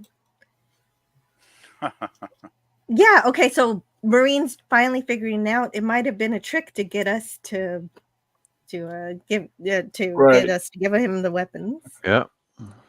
She's a little slow in this episode, but she's finally catching on. Yeah, she gets there eventually. Yeah, it's like, oh, if we give all our weapons away, we might be defenseless. Oh gosh. And Penny comes to corroborate that because she's been communicating, which is amazing. Penny is wise beyond her years.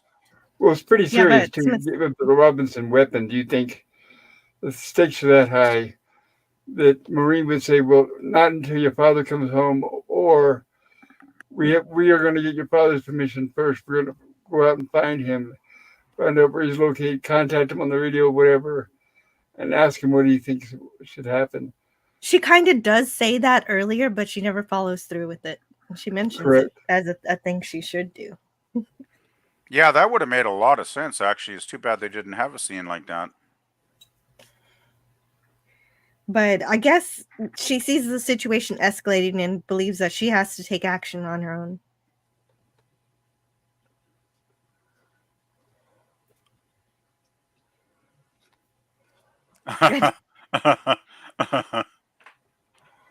Okay, so this was the point where we might have learned something about the frog alien, but Smith and the robot won't let him talk because the robot's crazy and Smith is stupid. Yeah, it was pretty annoying, actually. Yeah, pretty much. Yeah. So I And never then- thought. then Maureen- okay, excuse me. He's not stupid in this episode. He's prejudiced. That's actually Yeah. why I like this episode. His actions are because of his prejudice, not because of idiocy. But But also a little bit of both, I guess. this is a really good moment for Maureen. She demands they put their weapons down. Their camp is neutral ground. Yeah, that's great. Yeah, that's great to see her in charge. She is in charge here, so she displays it well. It's one of Maureen's best episodes, I thought, when I was watching it last night. And this frog is really sarcastic. If you're watching this episode, He's still being grouchy and obstinate. yeah, he is. He's like, well, you're not going to listen to me anyway, so why don't you just believe what you're going to believe? There's nothing I can do about it. He's very pessimistic. Hey, can you catch up on chat? That's a good idea. Thank you, Gorilla. Yeah, Geek says journalism is supposed to be made up of truth seekers. That's all they're supposed to be concerned with. The facts and the truth, not their own ideology. Exactly. Exactly. And Mike says, Well, yes. a good example of that. Here's a perfect glaring example. You notice the view, when they show the view, it never has the text on the screen where it says, what you see on here is not necessarily the opinion of the network. Remember, they used to always have that when they had a commentator on there. But they don't anymore because it's very obviously it's the network's opinion, an agenda. Yep. Sorry, go ahead.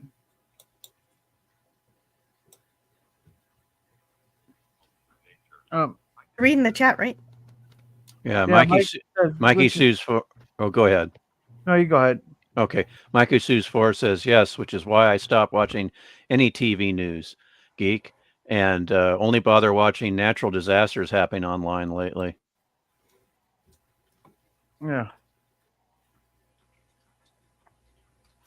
Geek says the kids have feelings for the robot and the robot has feelings for the kids. Yeah, exactly. But you That's think true. about it. Uh-oh. Lemon Pie says my dog tries to go behind the TV. Uh-oh. Oh, no. Ah! I have to mute myself.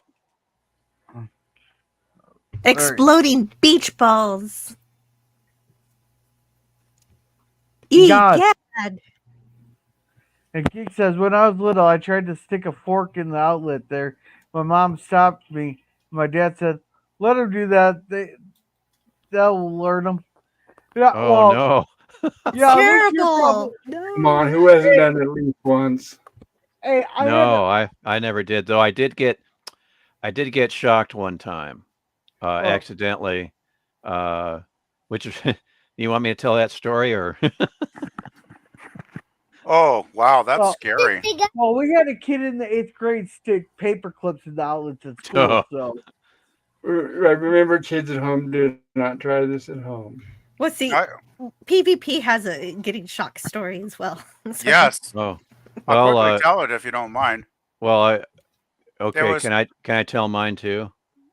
Okay. Do you Go want to for go it. first or should I go first? You go ahead first. PvP. That's fine. Okie dokie. Age before beauty. No, Well, thank you. sorry. And, well, I got the age. I don't think Yeah. I got the beauty anymore. No, but no. Anyway, when I was growing up, like when I was a little kid, up until grade 2, I lived quite a ways out of my hometown in the countryside, and there was a lot of farms then, and we had a next door neighbor that had cattle, right?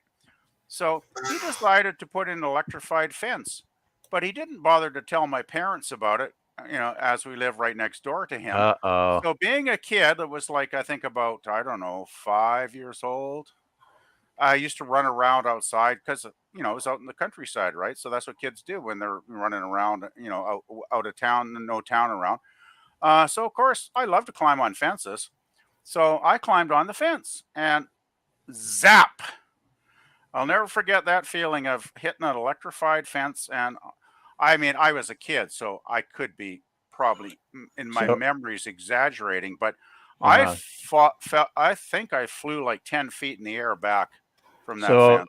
So when you saw that scene in Jurassic Park with the little boy on the fence, brought back fond memories, right? I can't remember. I probably blocked it out, actually, to be honest, Stone Racket. Did anyone say PvP, the human piece of toast, but- like in Jurassic Park? I'm glad I wasn't toast, because darn, it's a good thing, that's not lethal, right? Because they don't want to, kill their cattle off, Yeah. obviously. But Yeah, you're lucky. I was a little kid too. Like I was under 100 pounds Yeah. back then, and boy, I'll tell you, my father, as soon as I went back to the house and told him what had happened, Yeah. he was right over to the neighbors, giving Yeah. that guy a good talking to. It's That's like, good. I'm glad you're. why didn't you tell us? Yeah. I'm glad your father did that. Yeah. Yeah. I'm glad too. Speaking of fathers, my dad had this trouble light that the utility lights that had actually 2 electrical outlets in the handle. Are you guys familiar with the little trouble lights? Work light. Yeah. I And think my and dad the, had and one. in the rubber handle, it had two electrical outlets. Hmm. And so my dad had that plugged in and hanging up where he had it in our basement. And my older sister had a toy iron and a little toy ironing board. But the thing is, the iron actually heated up. How's that for a toy, for a child? An actual iron that heats up just as hot as a Yeah, I that's remember. and so Yeah. my little sister, or excuse me, my older sister wanted to use her iron, and I said, "Oh, I'll plug it in for you." And I wasn't quite tall enough to reach that trouble light, but I reached up anyway, and unfortunately, I must have touched the prong of the plug for the iron, and next thing I know, it felt like my hand went into the outlet Ooh. itself. It just had this weird feeling that just shot through my hand and my arm. And of course, I jumped back instantaneously, and my thumbnail was a little singed. But Yikes. it was like, okay, Oh we're my not going to do goodness. that. Yeah. My older sister was like, That's some okay, toy. we're gonna not use the iron today. I remember they used to have those ironing for girls back in the 60s that Yep. would actually get hot. And it's like, Right. are people crazy, like developing kids' toys with this? Like, oh, wow. Oh no, there was a lot of toys we had that you plug in and it heats up, like the Fright Factory from Mattel. Oh, I used to have that. And Where you'd pour the goop in and you'd make monsters and stuff. Right. And I had the incredible edibles that heated up, and I made, candy. Oh, And, right. I had an easy bake oven, but it's just a light bulb. Yeah, It the does get pretty hot. Susie Homemaker Easy Bake Oven. Yeah. Yeah. Oh, remember lawn darts? Wow, I never had those, Yeah. but I've heard stories about them. That's probably the most dangerous toy ever made. Oh, it's like what, about a foot long, spear that you could chuck at your friend's head or whatever? Like, Yeah. geez, guys, what a toy! Okay, I'm gonna have to mute my. I'm gonna.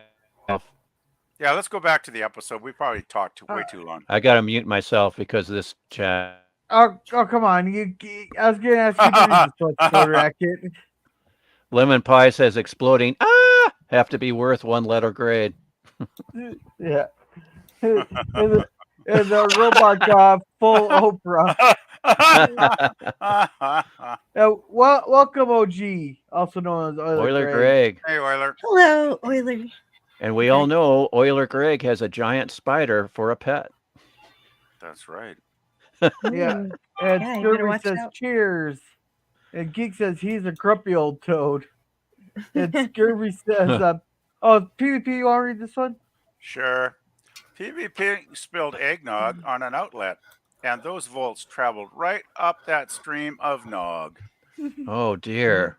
You know That's the what? We trick. have been saying frog. It might be toad. Because in No. the Frog and Toad fairy tales, it was the toad that was the grumpy one. Well, you have a point, but the I think it's a frog because he doesn't have any warts. His skin's pretty that smooth, makes right? sense. Yes, it's a frog. Besides, Alright. isn't there that old story about the princess kissing the frog and she turns the frog into a prince? Isn't that another story about don't judge a book by its cover? Lemon Pie says Stone Mhm. Racket has bad luck Yes. with digits.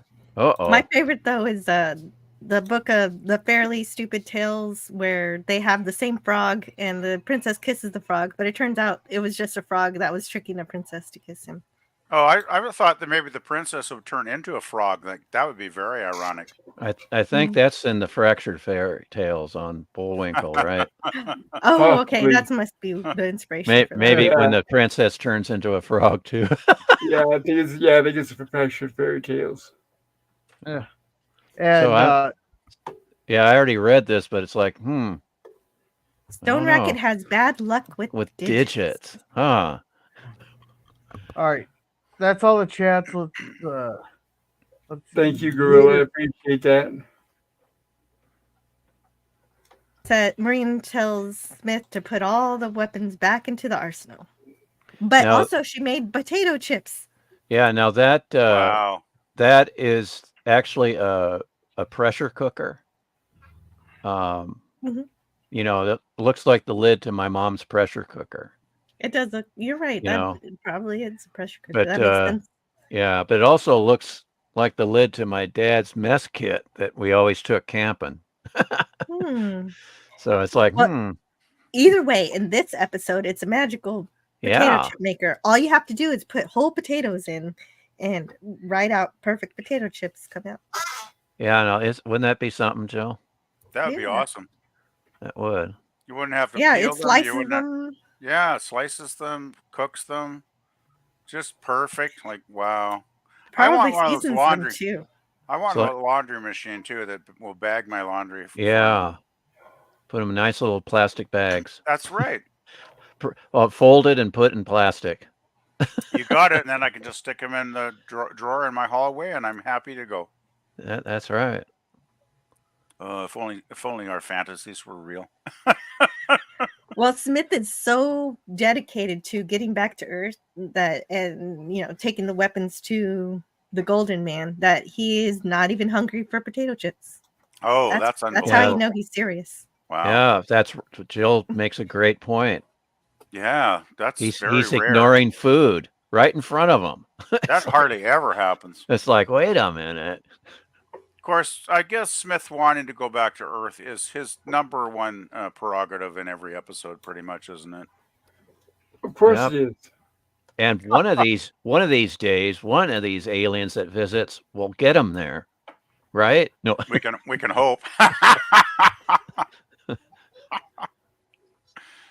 At this Oh, point, the boy. robot comes back to Yay. somehow. Yay! he comes back to his senses. I don't know what happened. I think at one point the lady said they were going to check him out, and so I guess they checked him out. I don't know, or it just happened spontaneously. He could have rerouted his memory banks or something, maybe, Jill. I mean, a robot must have a backup system of some sort, right? You'd think. But Smith is now secretly taking the Robinsons' weapons to Keema. Of course he is. Yeah, he's like, here you go. Hey, where have we seen that little cart before? Oh man.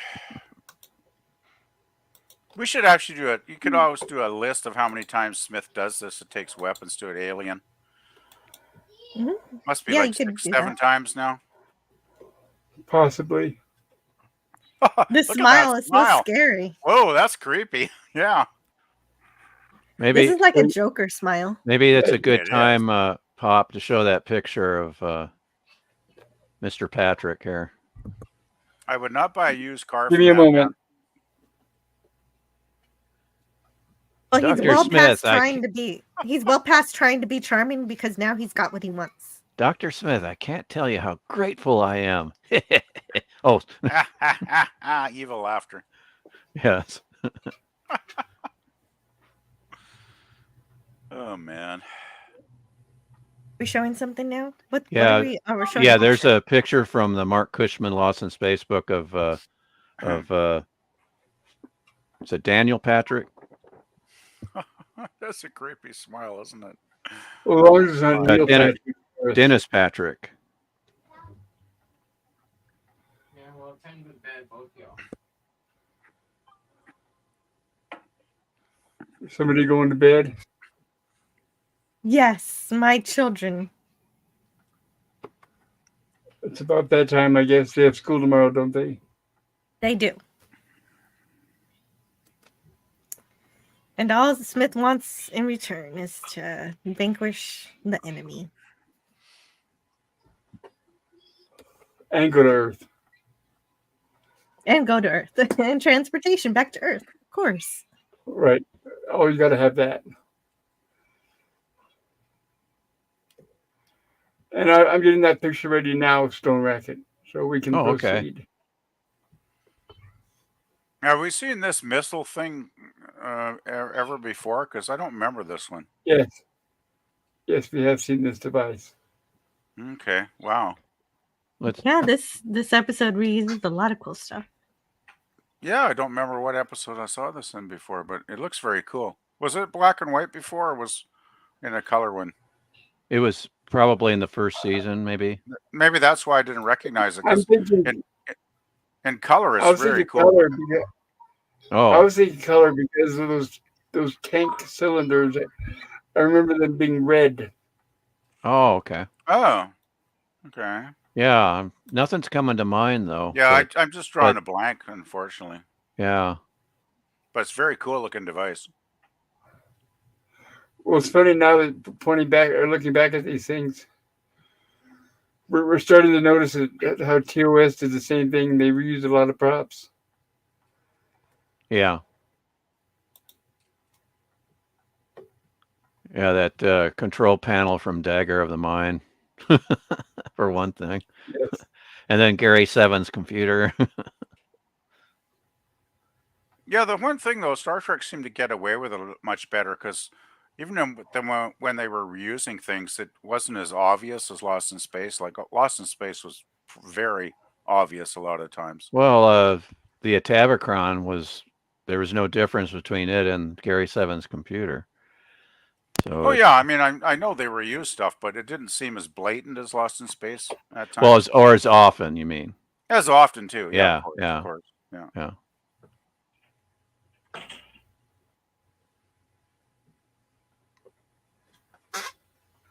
I do like his portrayal of this character, though. He's quite effective in this role, I thought. Yeah, he's very good. Yeah.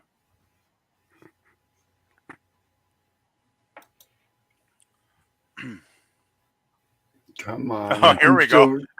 And here we go.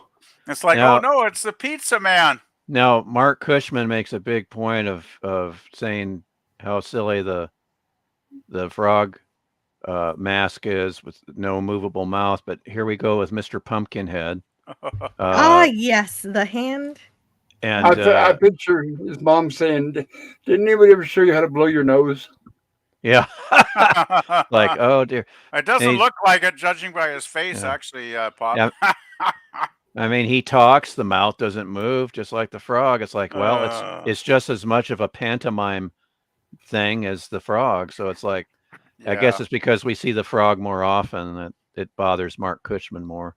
Well, But- what I don't understand is that in the original script, Keema was supposed to be a werewolf, but Yes. CBS thought that was too scary. Oh, This, you got I it. think it's scary. So this isn't scary to kids? Yeah, I think Like, this would seriously? be this is far more disturbing. I can see a lot of little kids going to bed that night having horrible nightmares looking at this thing. Like, Yeah, Yeah, this is like Cronenberg Picasso. yeah. Cronenberg. Right. You see, this could have been a good learning lesson by mom saying, "See, this is what happens when you don't wash your face." Yeah, there you go. I gotta say, Cronenberg Picasso is one of the funniest things I've ever heard, Jill. That is absolutely spot on, awesome. That's a great And reference. Cronenberg Picasso. Wow. and Jill, your Cronenberg Picasso Thank you. will make another appearance. Because I'm familiar with both of those, so Wow. I do. So appreciate something to the look comment. forward to, Jill. Yeah, we get to see this again. Yes. Oh boy. Oh, wonderful. I won't tell you when, but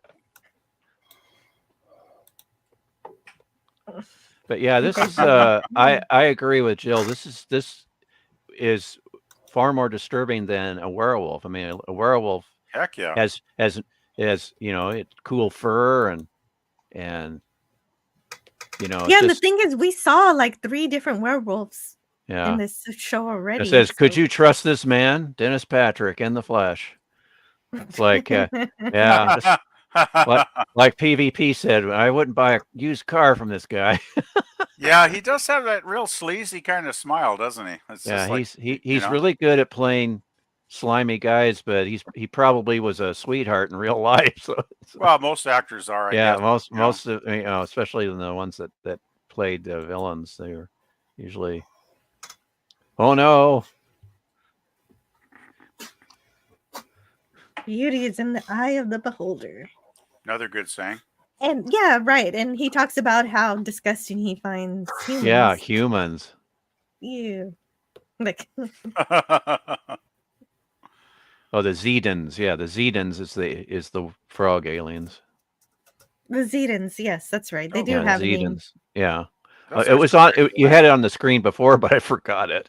It's like Actually, Zedans. Yeah. Zedan's a pretty good Lost in Space name because often the names are kind of goofy, but Zedan's kind of almost sounds like a Star Trek name.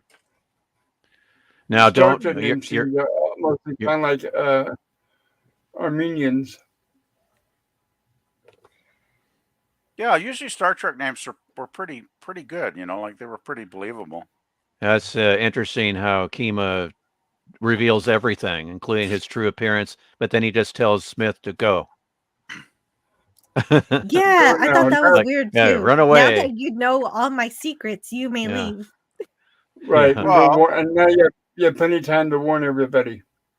But of course, that's hubris with a capital H. Right. He thinks he's And- okay now that he Yeah, has all because the he's got all that their he wanted. weapons and. Well, yeah, everything's cool. he thinks since he has the weapons, he can't lose now, right? So it's like he doesn't care what Smith does. Yeah. And it's interesting that, he has all the Robinson's weapons, but what weapons do we see him using? His own. His own.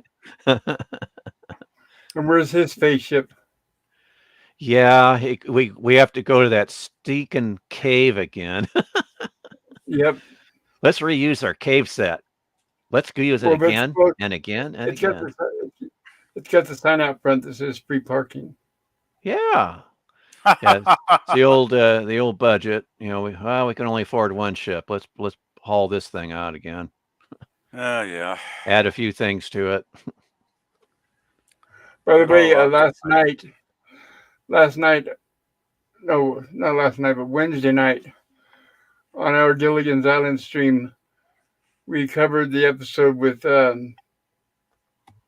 Strother Martin, who played Mr. Narum in the second season premiere of Lost in Space. If you guys remember, right, the miner from the episode Blast Off into Space. You got it. So yeah, so shout out to last Gilligan's Island stream where he plays a game show contestant who's there on the island to win $10,000. Oh. And needless to say, spoiler free, the castaways don't get rescued. Those poor people. They were so close. The castaways don't get rescued. I can't believe it. No, I know. I did make a point of. I was in high school when they made the reunion movie, and yes, I was there watching it. I watched it the night it premiered. I remember. You bet. You bet. And of course, I remember in my homeroom talking with my classmate Jeff about it. And there's a few things that he found, like when they're, well, I don't want to give any spoilers, but there's some things he thought was really silly, but it was fun seeing all the castaways, except of course for Tina. Yeah, stuck up Tina Louise. It's like, yeah. But I thought in that reunion film, I thought Dawn Wells was the best looking of all of them. She's like, wow, she aged really well. She looked good. She did. Oh, she looked great. By the way, she did her entire life actually age well. Yeah, she was still quite cute.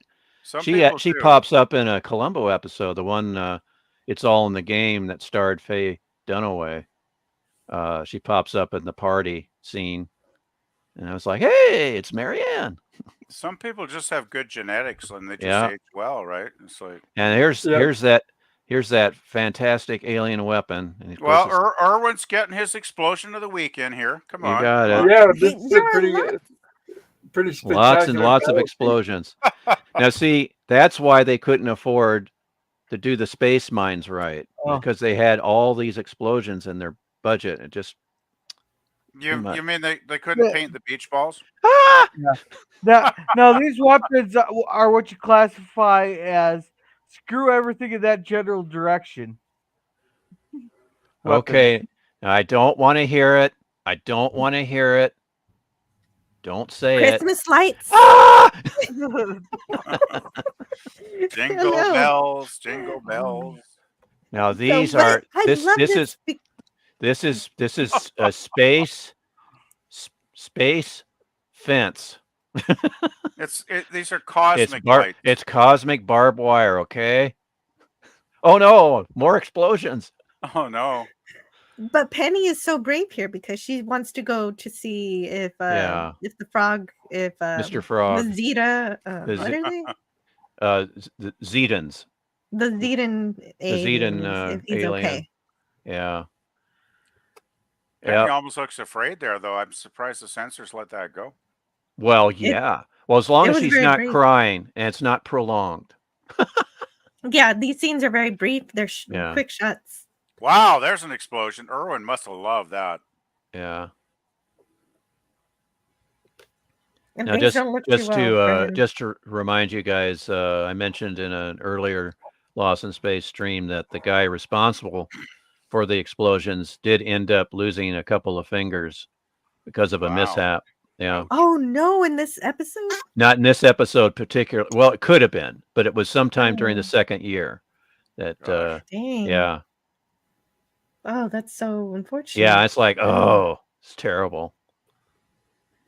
But it's just that you have to have the protocols, you have to follow them to the letter as far as safety and Yeah. Well, must it's be- dangerous because like, Yeah. even with Star Trek, Mhm. in Arena, William Shatner damaged his hearing. Oh yeah. Yeah, those explosions in the opening. The very opening. And I think You have to both be careful. Nimoy I and think Nimoy had and they had Shatner. Yeah, both can I had finish? tendinitis, right? Can I finish? Yeah, both Nimoy and Shatner damaged their hearing on that show. And there was another episode that something misfired that hurt Shatner. I can't think of which episode that was, but it was also another explosion that was mistimed. Yep, but it does happen.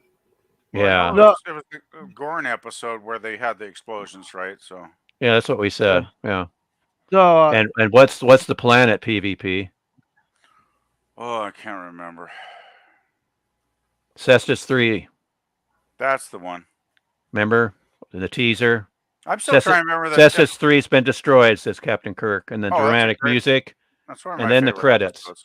opening credits. I can't remember the title of the episode though. I guess I'm way too tired. No, the main thing Arena. I remember is Arena. Oh yeah, the main thing I remember is that the fight does not take place on Cestus 3, but on an asteroid. Well, yeah, that's Oh, yeah, course, we got that long- that's right. true.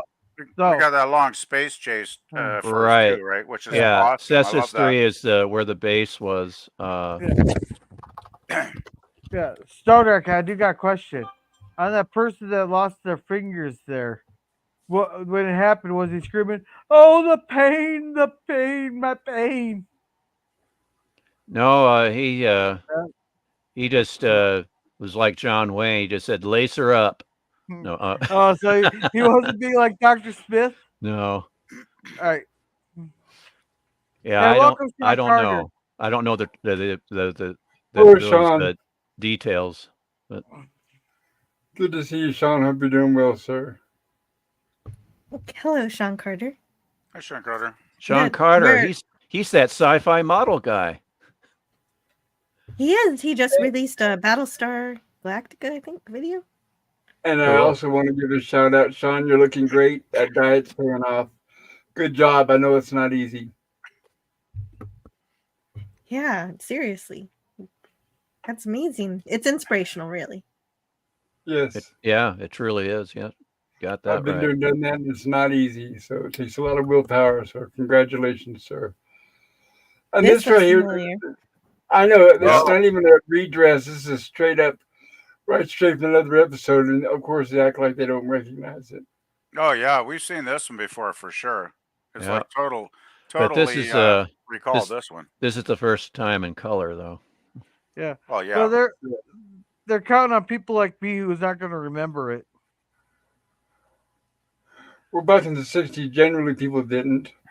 Well, It's just yeah. now these days we have us nitpickers and geeks that are out there. Yeah. Well, the thing is, if you missed an episode in the '60s, you might never see it again unless they reran it like during the summer Yeah. or whatever, right? So, Uh-oh. That dud Smith- turned out to be not a dud. I know, but then Smith, he faints like 2 or 3 times in this episode. Yeah. Thank you, Mr. President. He thinks he's getting a medal from the president. doesn't he faint just about every episode? Come to think of it, or take a nap, one of the two. Oh, Oh, Irwin is in his glory right now. explosion after explosion. Oh no. Darn Mr. train again. Sorry, guys. Mr. Frog is down. Oh no. And he tells Penny to go back to her spaceship. Well, it Kermit- seems like he's dying, Kermit's not but well. I guess he's not. Yeah. They never did Mr. get. Keema got- Mr. Keema got the neutron bombs from us. So Keema got a name. Oh, there were neutron bombs. Yep. You go back, Jill. Mr. Keema got the neutron bombs from us. So I was right. I just want to say they gave Keema a name, but they never give Frog Guy a name, did they? No, they Ju- didn't. Just the Zedans. Yeah, you just know what their entire race is called. Is the Z. Yeah, they named the race, but they never gave him a name as an individual. That's kind of a little prejudicial, is it not? He should have had a name, I would think. I mean, His I could call him Kermit, but that's not really what I No, wait a minute. But you know what I'm saying, right? They should have given the guy a name, I think. Well, for sure. If fair one is- has Yeah. a name, Yeah, the Yeah. other should too. fair. Oh, hey, I Fair is agree. fair. Yeah. His name is Friend. This is Geek Flag. I know I'm skipping. Well, I here, do, let's I catch do like up how on chat. Oh yeah, go for it. All right, Geek says in Disney's process and the Princess of the Frog, the princess turned into a frog. Okay, and PvP, can you read this one? Eggnog is extremely conductive. All right, Are we All right. caught up? No. no. Geek says Yeah, and the train finally passed. Thank goodness. Sorry. All go right, ahead. Geek says Dr. Smith is hungry for deception.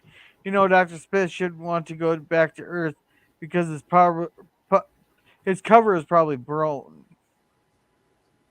Yeah, they Oh. they don't have a clue what happened to him. I mean, he's just a missing person, and they don't. They know that the Jupiter 2 got off course, and Dr. Smith is missing. That's about all they know.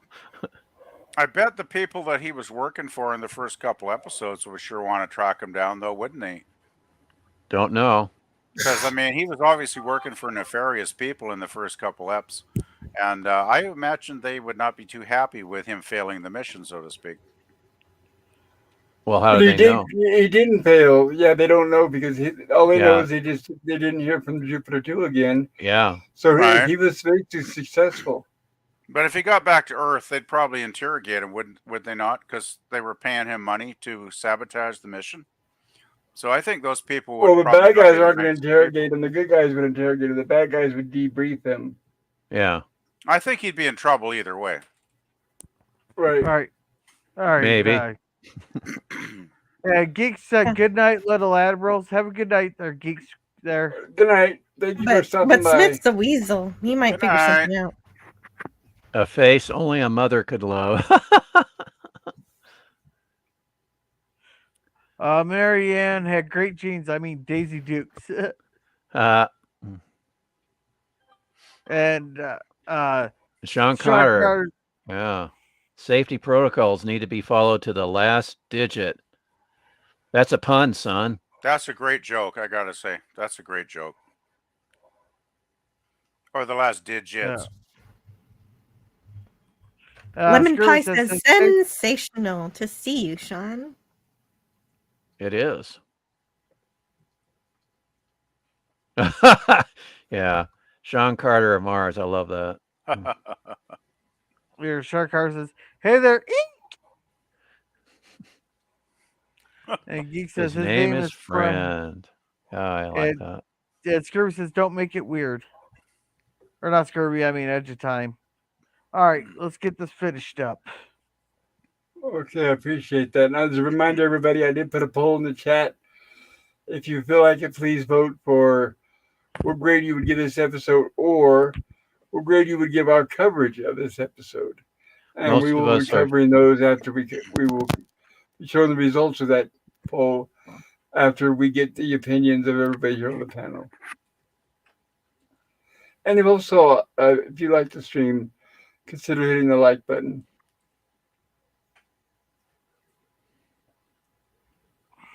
Well, Here's Smith Dr. actually Smith. does something good. He does something good for a change. He actually, and by doing that, he also saves the day. Yep, and a little game of hot potato. But of course, he has to pass out. He can barely comprehend what's going on. Right Yeah, now, so at he this doesn't point, even in his moment of heroism, he doesn't even realize he was the hero. doesn't even realize. And he has to No, he's right. Everything's his memories are fleeting right now at this point.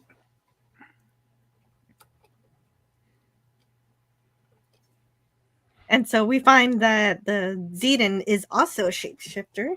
Yeah. Now, what I would have put in this is that when he is able to shapeshift, it can help him in a regenerate. So that would explain. Oh, that would have helped. Yeah. That would have explained how he pops up and he's okay. He says that he could say something like, the reason I appeared here, not only for that, remember me fondly, but this technique can help regenerate injury. Oh, okay. So that kind of thing. So he was dying, but traveling man, everybody, traveling man. That would have made sense, actually. But yeah, wouldn't it have made? I mean, okay, this would probably ruin the episode. I know, but if he had appeared as the handsome guy right at the very start when Penny saw him, that would have changed the dynamic of the episode completely, would it not? Oh no, absolutely not. No. I mean, okay, chariot sighting, everybody. What would Penny have thought, though? Would Penny have thought? Would she have been sympathetic, or would she have been, suspicious? What needs to be explained is that for the Zedans, it has to be sparingly used. Their shape shifting ability isn't quite as what the other. Did we get Zima's alien name? I don't think we got the name of. No, we didn't get his kind. No, there was no name. Yeah, so basically, maybe they're more adept to it than the Zedans are. So I don't know. There's a lot of things that headcanon. I still think or rewriting the episode in my head. If I may finish this time, Stone Rock. No, no, I need to talk more. No, go ahead. I'm just going to say, if you could shapeshift and just appear for even a minute as a handsome, spacefarer, would that not give you a better chance of getting the sympathy of the locals? I'm just saying. But he didn't want that. So he wanted to be an ugly frog. Okay. No, he didn't need the sympathy of the locals. He couldn't care less. In the opening, he's pretty consistent. Well, how come he's so nice though when he's handsome, man? Like he's so nice to Penny at the end, right? Because it's the end. He's not grumpy at all. Yeah, he's a nihilist and a pessimist, and then at the end he's like, "Oh yeah, thanks." Yeah, it's like, "Oh, Penny, you're so sweet. Thank you, Penny." Blah blah blah. Boy, you guys are meanies. Well, actually, there was another thing. I am picky. So yeah, you guys are nitpicking a little too much, but I understand. But actually. I have a question. So the Keema and the Zedans apparently have the same technology. So if Zima can take Smith back to Earth, then couldn't also the Zedans take the Smith family back to Earth? Yeah. Could be, Spread or at along least, inside the little terrarium. yeah, at least one of them. Yeah, I agree. That's kind of the. It's like, wait a minute, he could have helped a little bit there, but yeah, let's just forget that. But Okay. that's Forgotten. that's Lost in Space main trope is right. They can never get back to Earth, right?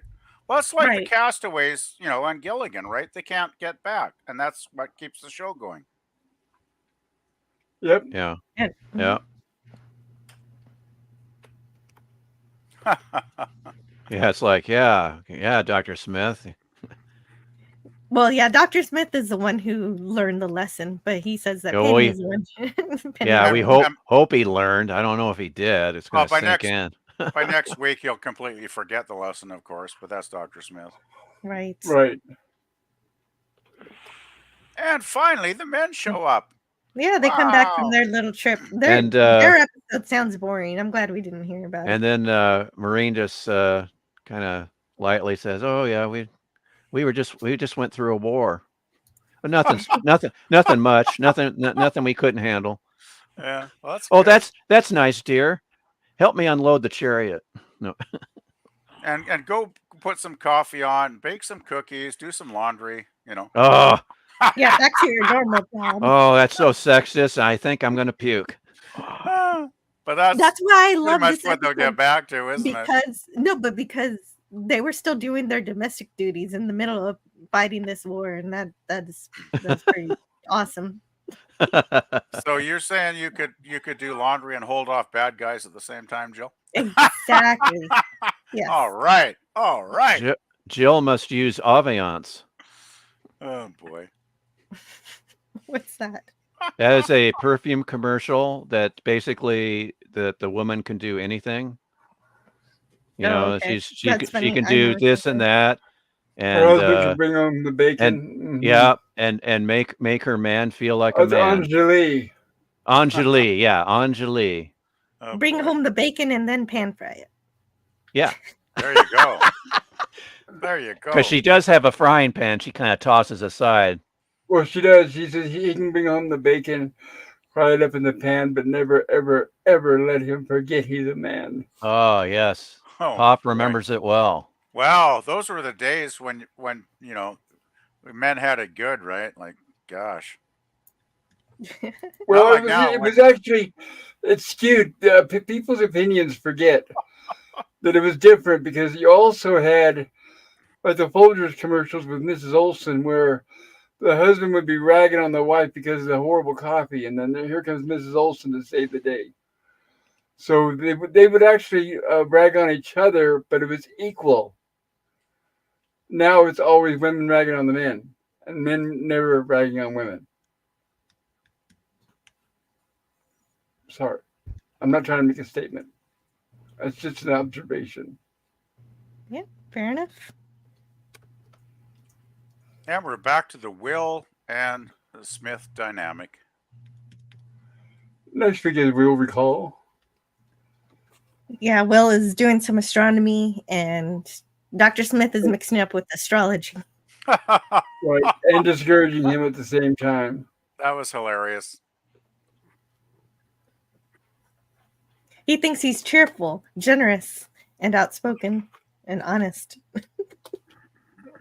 All the This is how above, Smith of course, is is incorrect. Astral Right. signature.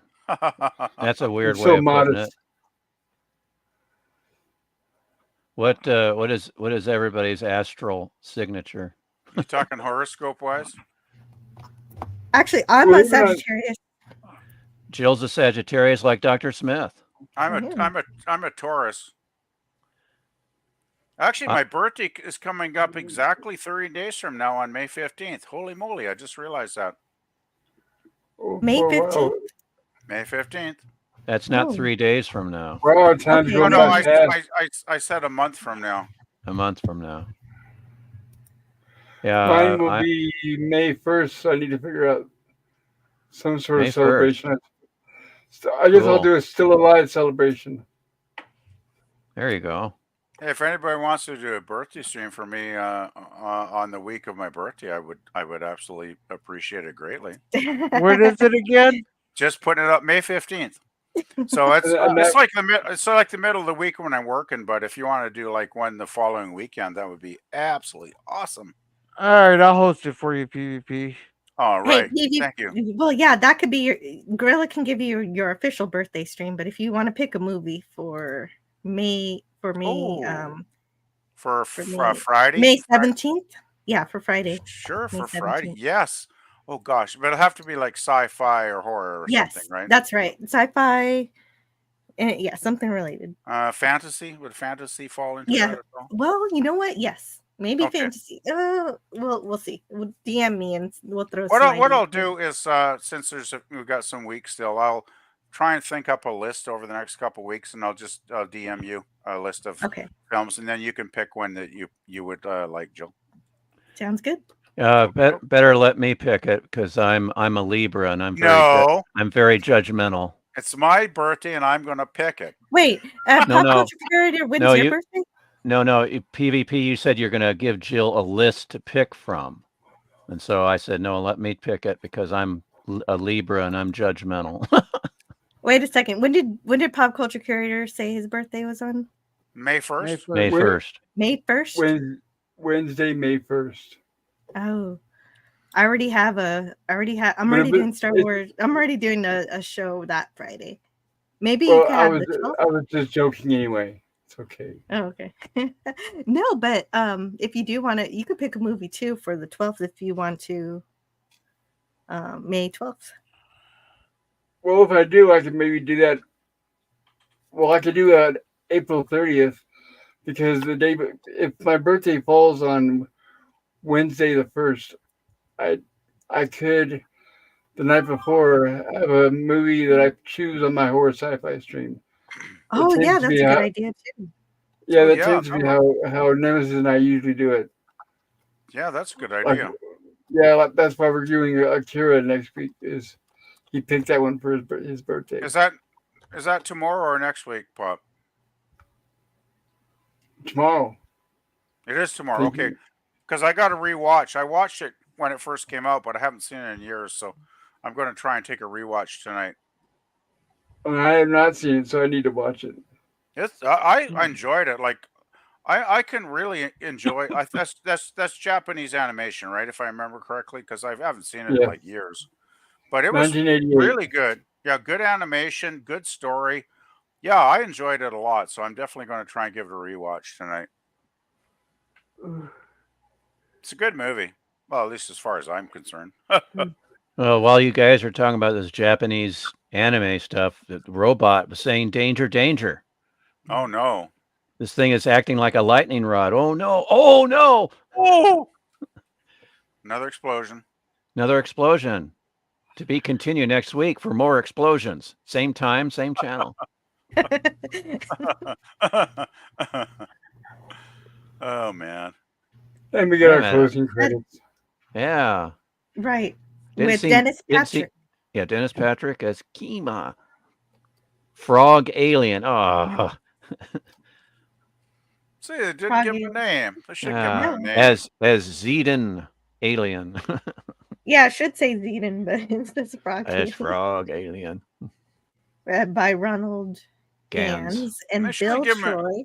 I should give him a name like Bob or something, just saying. Yeah. Bob the Frog. Anyway, those are the slides. Oh my. And thank you for bringing those slides and the video clips with you, Jill. I really appreciate it. Oh, you're welcome. Yeah, A1 slides as usual, Jill. Definitely. Yeah, I gotta go make some more. And Jill brought us 2 video clips. Yeah. Yeah, I couldn't help myself. Or was it 3? Was it two? I saw 2. Just 2, yeah. Excellent. Whee! Whee! All right. So I'm going to take this opportunity to go around the panel and get everybody's thoughts and what they want to share about their own channels if they'd like. and I know I usually go clockwise. So I'm going to ask PvP first. PvP, what did you think of this episode? Well, I had mixed feelings when I was watching it last night. Actually, I thought it was interesting. I thought it was a good episode, but at first when I was watching it, I had trouble with the mask. I thought, the frog mask and the pumpkin head mask or whatever you want to call them. I thought they were kind of goofy looking, to be honest. But I knew it's like, okay, this is Lost in Space. I've seen enough goofy looking aliens this season to know that this is kind of what we get a lot of episodes. So that's okay. I could let that slide. And Smith, he was his usual slime ball, but that was pretty much a standard chapter for Smith. And of course, Uh-huh. the message is don't judge a book by its cover. Beauty, skin deep, and all that stuff, which is an ancient trope, of course. And at first, I was thinking, oh man, this is such a predictable trope. I don't know if I can get into it. But then as the episode went on, and we had basically finally an episode with all the men gone, and it was just like Maureen, Judy, Penny, basically the ladies taking charge for a change. I really liked that. I thought, wow, this is awesome. So that started to boost the rating for me. And there was a lot of good stuff. I mean, it was a fun episode. There was goofy stuff like, well, the beach balls. I mean, there's some scenes like that which I was like, oh gee, I wish they just could have spray painted them or something. But overall, this episode really started to grow on me as I watched it, and I was kind of in the B territory at first, but I actually ended up giving this an A minus because I really enjoyed this one, and it had a good message, right? Like that's a good message for young kids. Don't judge people by their appearance; judge them by their Right. character, right? Speaking of appearance, hey Pop, I can't see you. Cyclops is blocking you. Oh, thank you. Yeah, now that we're done with the episode, thank you for the reminder. I'm sorry, my brain's a little slow right now. No worries, Pop. Anyway, I just want to say I actually ended up enjoying this episode a lot more than I thought I would, which is why I ended up with an A minus rating. And yeah, it was good. The actors were good, while the Golden Man guy was pretty cool. Of course, we didn't get to see the frog guy until the very end, so that didn't really have much of an impact on me. But yeah, good episode, good solid episode. And as far as my channel goes, I did put up a Power Pops 25 song stream, a playlist last weekend. So if you want to go, take a look. But yeah, that's about it, I guess. So I'll let it go to Gorilla, I suppose. All right, well, thank you, PvP. I appreciate that. You're And welcome, thank you for Pop. joining us tonight. You're Gorilla, welcome. what say you? What's your opinion about this episode? Well, you gotta give extra bonus points for those beach balls. It just gives a whole new meaning to the game of beach volleyball. That's all. Muting myself. but anyhow, this was like a great episode of the show. Like they've been at war for years. This, even though Star Trek did do it better with that one episode with the incineration chambers. Let that be their last battlefield. No, A Taste of Armageddon. Taste of Taste of Oh, Armageddon. no, oh, Okay. that's right. Sorry, duh. Jill owes me a soda. yeah, Okay. no, but this one here is they took the savagery and the brutality of war. If you looked at all the wars, the reasons they've ended was because it's just gotten so devastating for one side, they've had to end the wars. But now, when you take all that devastation, brutality out of it, the war would just continue, and the hatred and the hatred for each other would just keep growing instead of, hey, let's come together, work in peace and prosper. Nope, let's just continue this and keep being detrimental to us. Right. That's the message I got out of this. Even though they're not destroying their cities, they're still killing each other there. I love the weapons there, where it's I always love it when you got those weapons that are just screw everything in that general direction. There, I always love those. And that the explosions are pretty cool. I'm actually gonna give this an A++, and it's getting the extra plus just for the eeks from Stoner Record because of the beach volleyballs. That's a I'm pretty giving it an brilliant. extra plus for that. That's a pretty brilliant parallel. I didn't think of Taste of Armageddon, but that's right. They think they're distancing themselves from the more normal hideousness of war by changing the venue. Yeah. So. Okay, Right, so thank you, Gorilla. What about your channel? What would you like to share about your channel? Well, I will not be streaming on Wednesday there. I was going to talk to you about this before the stream, but I ended up being very late. I have to go get my daughter. I'm not even going to have time to do anything afterwards, Okay. so I'm not going to be streaming on Wednesday there. But otherwise, on Thursday, we should be back for watching Masters of Disguise for Cringe Stock there. Then on Friday, we'll be reviewing the Waltons episode, season 3, episode 7. It's the one right after the ring. I can't remember which one it is right off the top of my head. Then on Saturday, we'll be reviewing the first James Bond movie, Doctor No, something Doctor No. Oh, nice. That one there, if people want on the panel, they'll have to let me know ahead of time because I figure there might be a few people that want to get on it, and that's one of those I do not like huge panels when we're reviewing, so it'd be a first come first serve basis, except for the normal people who have their spots reserved. There, I wanted to keep it to 5, possibly 6 people on the panel. I call dibs. You call dibs? Very Yeah. cool. I'm a James Bond nut. Well, let me rephrase that. I'm a classic James Bond nut. So that'd be 62 to 2002. Okay. Yeah, but it'll just be first one there. That's for Sunday. It'll be Super Troopers 2, which the last one I enjoyed it, but of course I love Super Troopers. So once again, when is your Dr. No stream? It'll be Saturday. Usually schedule them about 6:00 Central Standard Time, but Okay. it's always flexible. It can be flexible a little bit. Okay. Sweet. So, that's Yeah, about it. appreciate that. Except maybe more shorts coming.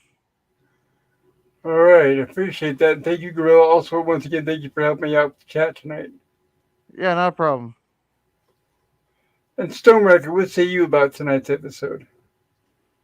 Well, right off, I thought the space alien mines and the space alien barbed wire were awesome. And I gave this episode a B.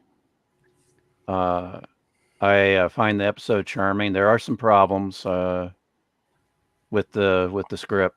There's a lot of things that they could have, fleshed out. But overall, I still find it a charming episode. As a simple theme, but a good one. And as PvP and Jill both said, it's really good to see the women, especially Marine, in charge. And I enjoyed that aspect. And of course, Penny being the sympathetic one that didn't give up on the Zeden alien. And I guess overall, I have a thing for grumpy frogs, I guess. So I That's still totally fine. Yeah, I enjoyed even though the aliens are basically, as they say, pantomime, something that doesn't move or is articulated, but I didn't mind that at all when I was a child. I still don't mind it. And so I gave this a B overall. And I'll Very just cool. I'll leave it at that, and on to Jill. Thank you. And I appreciate you being here with us tonight. There's Yeah, so thanks much. for having me. Thanks for having me. Oh, it's always a joy. So, what say you, Jill? What would you say about this episode, and what would you like to share with us about your channel? I think it was really wonderful, a lot of fun to watch, even with all the explosions everywhere. This one was a little more intelligently written than a lot of season 2 episodes, and like Stone Racket says, very charming. It has one of my favorite Star Trek themes. I know it's been a theme well before Star Trek, but not judging others by their appearances that Smith has to learn, and that Penny instinctively knows. So not only do we have a brave Penny initiate and competently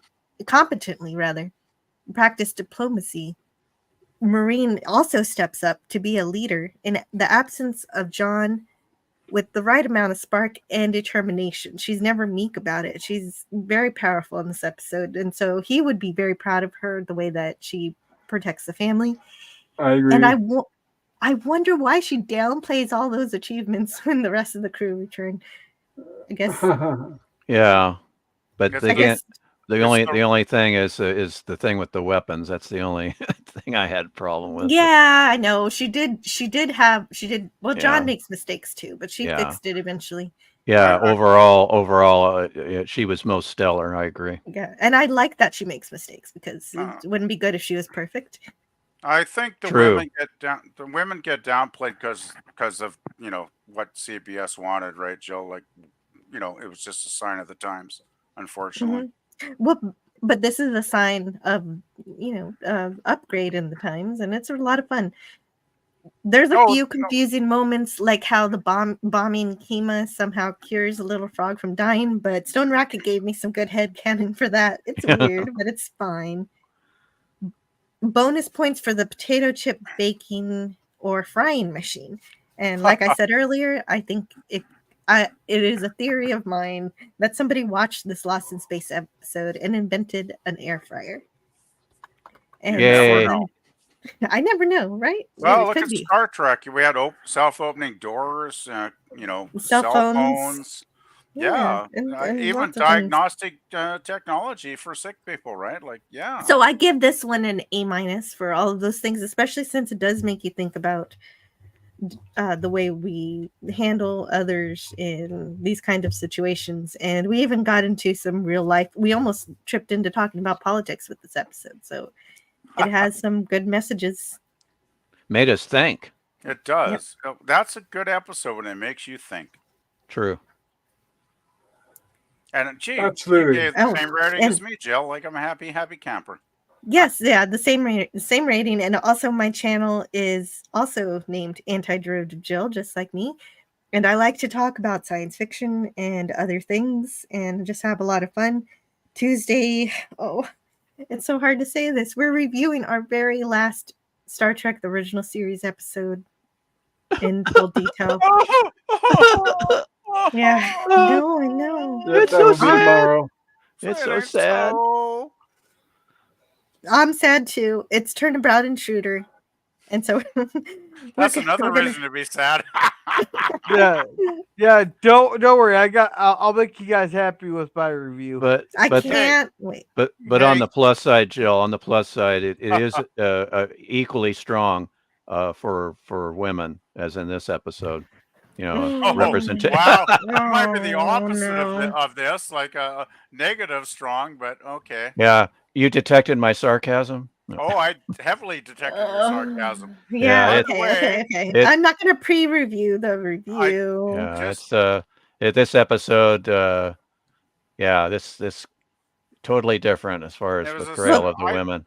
Yeah. Well, the most important thing to realize about my review tomorrow is that I am starting at 10 a.m. Central. So if you're going to be on the panel, Yes. it's going to be early. It's starting early because it's kind of going to be a little bit of a party because That's we're going to 8 a.m. review.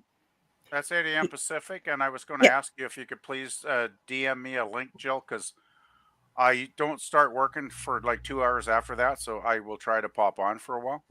Okay, that Oh. sounds fine. And so we're going to review the episode, and then after we do that, we're going to talk a little bit about season 3 as a whole, how we felt about it and all the things, and then the series as a whole also for the remainder of the live stream, however much time we have left, and just have a good time celebrating Star Trek. Yeah, And- I might not be able to do all of that, but I'd like to pop on for a little while just to talk about the series. Okay. Jill, what are you doing Friday? Because I don't work Friday. Friday is a party because somehow that YouTube decided to throw my channel into the algorithm and push it and promote it, and for whatever reason I got like 300 subscribers overnight, and so I'm at 1,000 subscribers. So I'm going to congratulations, Jill. That's wonderful. thank you. How am I supposed to? How are we gonna have a competition if you keep jumping like that, Jill? I didn't mean to. No, It was but an accident. I'm so sorry. Yeah, you're over 1,000, Jill. I am. It's like yeah, awesome. I got 1,029. It's 1,029. Awesome. I have no idea how. It was an amazing thing. You know, never know what I want to try to study what happened and which video triggered this so I could do it again. I don't know what I did. The Jill must continue to grow her channel, as the companion once told you in a super chat. Yeah, that's true. And anyway, so yeah, that'll be Friday. And then the following Tuesday is going to be the last TOS stream on Tuesday. I'm going to continue to talk about TOS on Fridays on random occasions. But this will be the last Tuesday Star Trek The Original Series stream. And it'll be the panel's top 10 episodes. And of course, people in the chat can share theirs. Oh, what time are you all doing I got. that one? Also 10 a.m. Okay. I might have to try and figure out my schedule, and because I would love to talk about my 10 favorite episodes, actually. Of course. Well, I'm gonna have to set my alarm. I usually get up at noon. No. No, seriously though. I mean, because you don't work. Work? What is work? I wish I could say that. Gosh. I'm a retired bum. Well, and that's all I have. Thank you so much for having me on this stream. I really enjoy exploring Lost in Space. Always our pleasure, Jill. Thank you so much, and thank you once again for the wonderful slides and the video segments. Yeah, shorts. I'm not sure what they're called. Jill always works her magic with the slides and the video clips. It's awesome. Yeah, Jill's efforts are always A+++. Oh yeah. Yes, absolutely. And I'm gonna give this episode an A for all the same reasons that you guys stated, without trying to repeat what you've already said. It has flaws where the flaws existed, but it was fun. As a kid, I enjoyed it. We had a pretty good, for Lost in Space, a fairly good extended battle sequence at the end. And it was great to see the women in charge. Maureen telling Dr. Smith what to do. It was a little disappointing. The robot, of course, was pretty much flaked out through most of the episode, but I still loved him anyway, as usual, as always. Can't help but love the robot. Yeah. And it was good to see the girls get a little more screen time. I'm glad Lost Space rotated like that, because with 7 cast members, it's hard to give everybody screen time every single week. So whenever they can rotate it in and out like that, it's always a good benefit. And I got something noisy passing by my house. Yeah. Sorry about that. I think the robot just wasn't as helpful after he got damaged. Just got because zapped by Zima. Yes. Even though he seemed to come to, perhaps he was still suffering some ill effects. Yeah. Yes. But Tuesday night, tomorrow night, on our horror sci-fi stream, we're going to be covering the movie Akira from 1988. Wednesday, we will be back with 2 more episodes of Gilligan's Island in the 3rd season. We're coming up close to the end of the series. After we show the last episode, we are going to show Rescue from Gilligan's Island. In fact, I watched it this morning in preparation, just to watch it again. and I can't wait. So we'll be having a lot of behind the scenes info and trivia on that, as well as we close out that series. And then we'll be back if everything works right, which it should. Another run release from the lab the following Saturday night, and then next week we'll be back with another episode of Lost in Space from season 2. The I'm girl not forgetting from the anything. green dimension. Handsome, pretty handsome, Dr. Smith. Oh wow, Yeah. we're getting the green girl back again. Vina, right? That's right. Wow, That's that'll right. So be awesome. polish up your salad bowls and be there, everybody. There you That'll go. That'll be so much fun. I'll have to get a big bowl of salad when I watch that one with you guys. Yes. But I don't want any salad. I like Vina though. Vina was fun. Like I don't mind her at all. Like that'll be good. Well, good boy, time. that was a huge cringe thing for me when I was a wee lad watching that the first time, the Wild Adventure episode. Well, but it's good cringe. There's good cringe It's and like there's bad cringe, and that was fun cringe. I was my grandmother was visiting, and I was like, "Grandma, is it okay if I watch Lost in Space?" And she's just like, "Oh, I don't care what you watch." And it was the green lady floating around in space. And I was like, "Oh boy." So grandma's like, never watch this garbage again, right? She was quietly snickering in the back. So well, that's I was cool. like, "Oh dear." That's not a bad grandma actually if she's snickering. Anyway, we get to see Vina once again, except I like Vina. she has her feet firmly planted on the ground in this next episode. Yes. Oh, this is going to be fun. I'm looking forward to this one. Right, she is within an atmosphere, so she should have no trouble breathing whatsoever. Yeah. Now, Pop, what's the name of the actress that plays Vina? I can't think of her name. She was in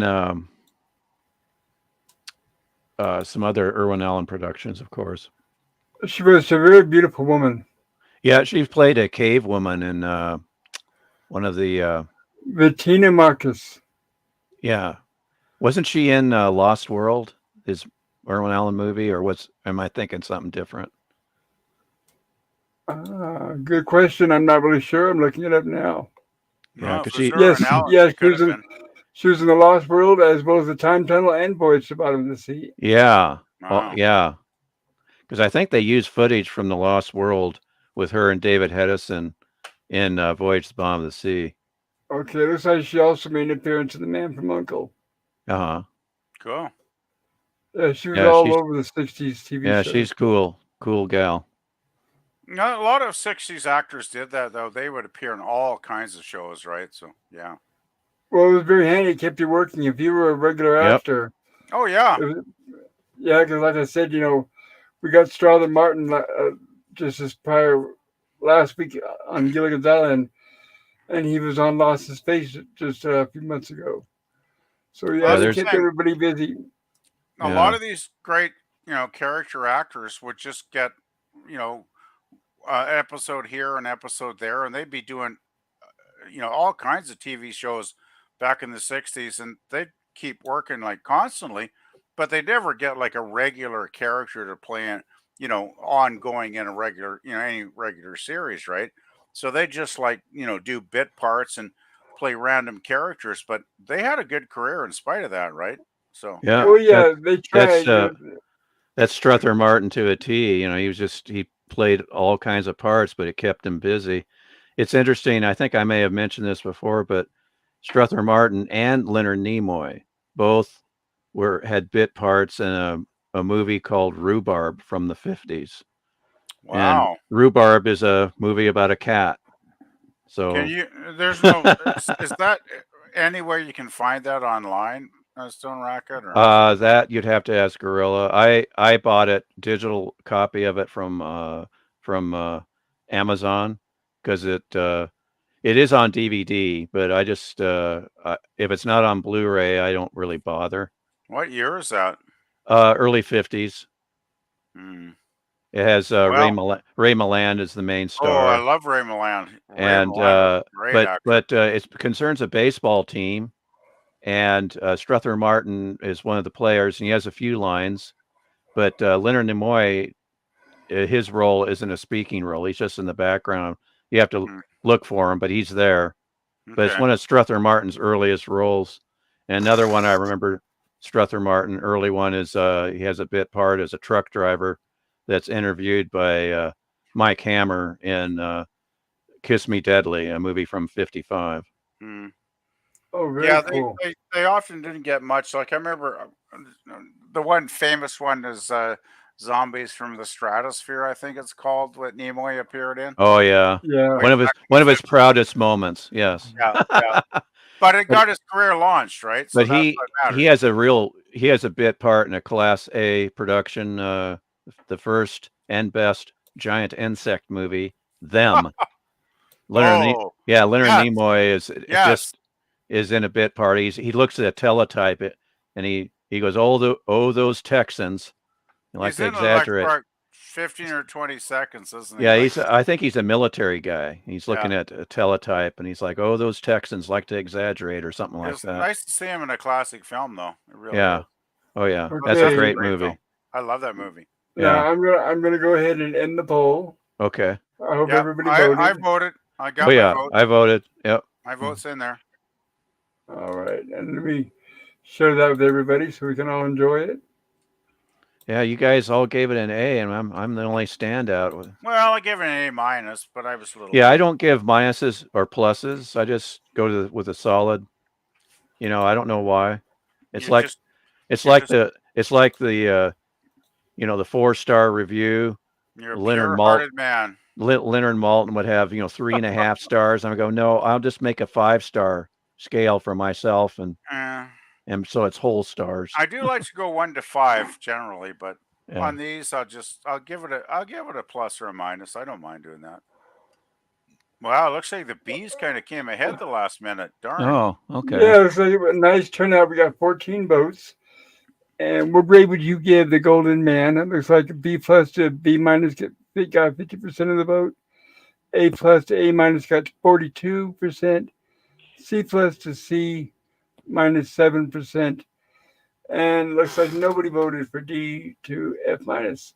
Thank Oh, goodness. whoops, I Wonderful. forgot to vote. Yeah, that's great. Oh, You sorry, know, Gorilla. it was half and half though between the A's and B's for like a long time. When I voted like half an hour ago, it was still half and half with like 8% for the C's. So one person must have voted for the B, I'm guessing. Very possible. Lemon Pie voted A. He says there. That's All cool. right. Yeah, thank Well, you for participating, everybody. I voted in the A category myself, so. Yeah, I really appreciate you guys participating. How are we doing on the chat there, Gorilla? We only got 5,876 chats. Oh my. All right. Keep me up a nice steady pace.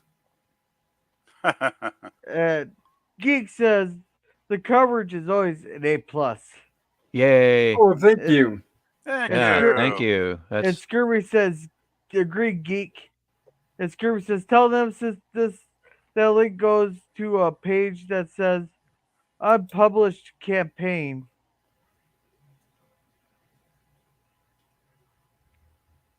Oh, that's the Gifts and Go I think he's talking about. And thank you for the Scurvy put our channels in. And welcome, Nemesis Eating. He says, hail, you beautiful beings. I hope you are all doing well tonight. Hello, Nemesis. I know. All, Yeah. I feel pretty. Oh, so pretty. Oh, sorry. He said beautiful being, so I couldn't help but think of that song. Yeah.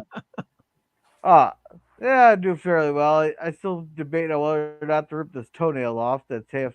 Ow! Oh, you're gonna rip off a toenail? Ouch! Ow! Well, Hey, Gorilla, do a live stream if you're gonna do that, okay? Oh, my arthritic big toe. And then you can clip it and clip it and make a short out of it and get millions of views. Well, it's already half gone from when I dropped that part on it. So. Oh Lord! So has your toe turned purple yet? Oh, it's been purple. Oh man! I say go for a live stream where you rip that toenail off. I say have a doctor look at it. You should actually have a doctor. Yeah. That sounds pretty scary, actually, Gorilla. Yeah, I've lost nails before. Ow. And You're Scurvy a tough gorilla. Scurvy says, hey, Nemesis, hope you're doing well. Yeah. And Nemesis says, I'm doing as well as I can be, Scurvy. Hope you're doing well, buddy. Well, you better be, because you guys stopped shooting at each other, so you better be well. Oh, dear. Yeah, that's right. Such violence. Yeah. With squirt guns, it's like deadly. Yeah. Scurvy says, a fun stream as always, Pop. Thank you. And he says, is the girl My from the pleasure. kid named Mary Jane? No, Vina. I see where you went there, Nemesis. I got her. And welcome, was DJ Play? Well, DJ Playday says I gotta go see. All y'all be safe. Have fun. Take care of your crew and rock. Well, thank you. And don't forget, everybody, I'm going to be showing the teaser for next week's episode here before we tune out. And Scurvy says I voted F. Oh, I mean A. That's quite all right. Either way, we enjoy you being here. And okay, so is that it with the chat? Yeah. Uh-oh. Yeah, Scurvy says if Grill makes a toenail short, I'm unsubbing. Oh boy. Okay. Actually, the name of the girl from the Green Dimension is Athena. I said Vina, but it's actually Athena. Ooh. Sorry about that. That's a no problem. No big deal. Okay, so with that, is there anything you guys would like to add before I show the teaser for next week? Nope, I'm pretty much done, I think. Okay. Once again, thank you everybody in the chat. You guys were wonderful tonight. Thank you for being here. Thank all of you on the panel too. You guys were especially not only were you entertaining, but you're helping me out when I'm not really feeling my best. It's great to have you guys here to help support me. Not a problem, Pop. That's what we're here for. We're always glad to be here and glad to help out. Yeah, exactly. Thank you. So, wherever you are, drive safe tomorrow if you're working. Stay warm, and I will see you all hopefully tomorrow on Gilligan's Island stream with Gorilla's Random Thoughts and myself. And with that, here's a teaser. Go ahead, Gorilla. What you said, Gilligan's Island? Tomorrow. Or tomorrow's horror sci-fi. You Oh, said I'm Gilligan's sorry. Island. Thank you. My brain is out of it. Thank you. Yeah, tomorrow is horror sci-fi with Akira from 1988. Thank you. And then the following day will be Gilligan's Island. All right. Thank you, Gorilla. Another reason to say thank you whenever my mind is all messed up. You guys also help me stay on track, which I really appreciate. So have a great night, everybody, and we will see you all soon. Love you. Good night, guys. Good night. Good night. She followed us. You seem to fascinate her. Kick, choke, break bone. First you'll play game on handsome, pretty handsome Dr. Smith. Why the blazes should she want you? You win for I. Now you got Will into this, you're going to get him out.